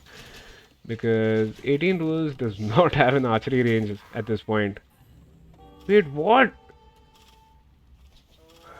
I mean, of course, I know that you are not aware that the research is going on inside the building, but oh man, you could have completely finished off 18 rules. Instead, you even let him get to crossbow. And now you'll end up losing your entire military to these crossbows over here. Because these guys are botkin and the armor upgrade as well. Meanwhile, you don't have any armor upgrades, so massive, massive misplay here by Zeus. This game could have been over about 5 minutes ago. And I mean, fair enough. On this side, Pala is pressuring 18 rules pretty heavily, and Chaos is not able to do anything with the siege because the mangonels are getting sniped by the knights constantly. But yeah, I mean, overall, yeah, this could have been decided quite a while ago. And on this side, we've got Andrabi who is moving forward, and we've got PJ who's also got a nice bunch of military here. So that's 36 military for him. And compare that to this guy, Andrabi, who's got an AI army here, pretty much. I mean, he's got a monk, he's got a scout, he's got a couple of spears, 6 knights, and 12 skirmishers. And he's got both the attack upgrades, but not the second armor upgrade. So, yeah, these archers should be able to make short work of those knights. And I believe he has the university up as well, exactly. So, yeah. Andrabi just deciding to pull back, but man, what a misplay here by Zeus. And like 5 minutes ago, Zeus could have been, completely wiping out 18 rules' base. Instead, we now have 18 rules, at least trying to boom back on 3 TCs. And Pala coming in with some nice support over here. Unfortunately, he's not got any of the attack upgrades on his knights yet. And Chaos losing one more mangonel to knights, I assume. Yeah, there we go. So yeah, on this side, I think PJ not going forward with this military. I mean, personally, it makes no sense to me. Uh, at this point, yeah, you can just wait. Is he on 2 TCs or is he on 3 TCs? He's actually even housed, right? So he's on 2 TCs at this point, and yeah, he's housed. Unfortunately, he should be moving forward at this point. And yeah, I mean, this is pretty unfortunate, but Zeus's push seems to have died down completely. And we've got Pala with 20 knights here. And I think he's just collecting these knights at this point to. Yeah, I mean, I don't understand what is happening here. If Pala and Zeus just move forward from this side, you don't even need the siege, right? Because you've got these Saracen crossbows which can, wipe out buildings, and these 20 knights, or 23 knights now compared to just 12 for Chaos can, yeah, I mean, they can just finish off the game within the next like 5 or 7 minutes. And okay, so we've got Andrabi doing some light raiding over here. But yeah, I mean these archers or these crossbows should be able to. Holy shit, we've got Andrabi even stonewalling over here. But yeah, I mean, wait. Where is Andrabi? So Andrabi has 7 knights, and that's pretty much it. And he's got 20 skirmishers. So yeah, and okay, so he does have one more relic as well, owing to the extra attack. Let me just confirm. So how many relics does Andrabi have? Oh, okay. So Andrabi has 2 relics at this point. Fair enough. But yeah, I mean on this side, man, these guys should be pushing forward. There's no way, this raid should have been happening here. Because just look at the difference in the military. We've got Blitzkrieg overall with just 70 military, and we've got Hooligans with 125 military, and these guys are not deciding to push forward, which does not make a lot of sense. And okay, we have 18 rules also getting the thumbing upgrade at this point. And he's going for elite skirms. But I mean, yeah, at this point, if Pala and Zeus just decide to move forward, we could just call the game at this point. It is actually, yeah, I did notice that Red Knights went to Pala's base, but I think he had enough numbers around his own base, or he could have just made some new knights if he wanted to, rather than pulling all of his knights back to save his own base. And we've got 18 rules placing a defensive castle here. And yeah, so these knights, of course, will die. Especially considering the fact that we've got Pala with 32 knights now, and I think we are about to see a doubt castle here. Especially since you have a Saracens player. Okay, so I think the castle will go up. Fair enough. So okay, now let's just check the resources. So we've got 18 rules, who is nowhere close to Imperial, nor is Chaos, and Andrabi is, man, he's sitting on like 1500 gold at this point.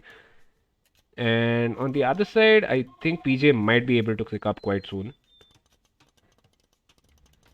And yeah, so he's just deciding to move forward with a couple of siege workshops. Honestly, at this point, the fact that you're not seeing any sort of forward aggression from Andrabi, your siege workshop should be here, or maybe here behind some, wood cover if you prefer that. But yeah, I mean, overall,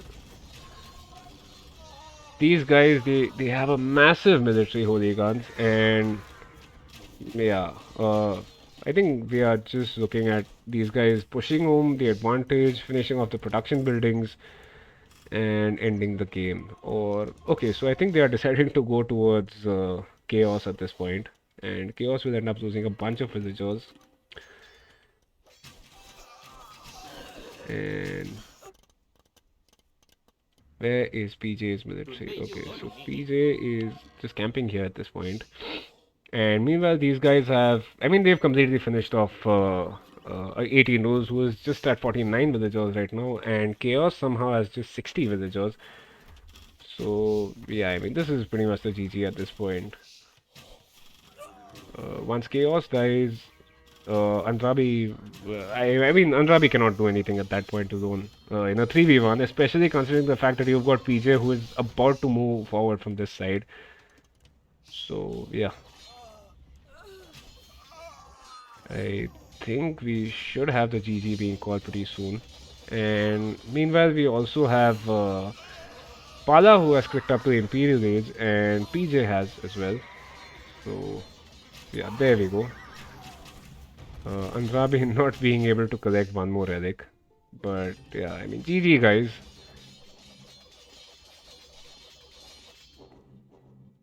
So, nice comeback from Hooligans after losing the second game on Nomad.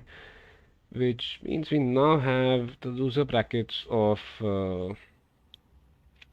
round 2 being done, and let's just take a look at the stats over here. So surprisingly, 18 was actually getting the highest number of kills, but yeah, Zeus pretty close by, Pala also pretty close by, and yeah, PJ, man, what is this? 75 military, and this is your KD. Honestly, yeah. I mean, you guys should have been way more aggressive, especially the couple of misplays that we saw that I highlighted out on the stream. So Zeus and you guys should have been, way more aggressive than you were. Especially considering the fact that you had Pala already pumping knights, and meanwhile Chaos was not able to do that on his side. So yeah. And yeah, these are the economy numbers. So Zeus, even though he was the flank, he actually collected more stone than the pocket. But then I mean, I believe Pala was not. Okay, so Pala was collecting some stone. Fair enough. But yeah, GG's guys. And unfortunately, nobody managed to get to Imperial Age. But yeah. And again, the society numbers. So 18 rules, which is 52 villagers. Chaos, which is 64. And Andrabi with 95. But Andrabi, I mean, he did nothing apart from just, walling up his side of the base and collecting relics. So yeah, massive misplay from these guys. And yeah, so that's GG's guys. Let me just update the brackets here.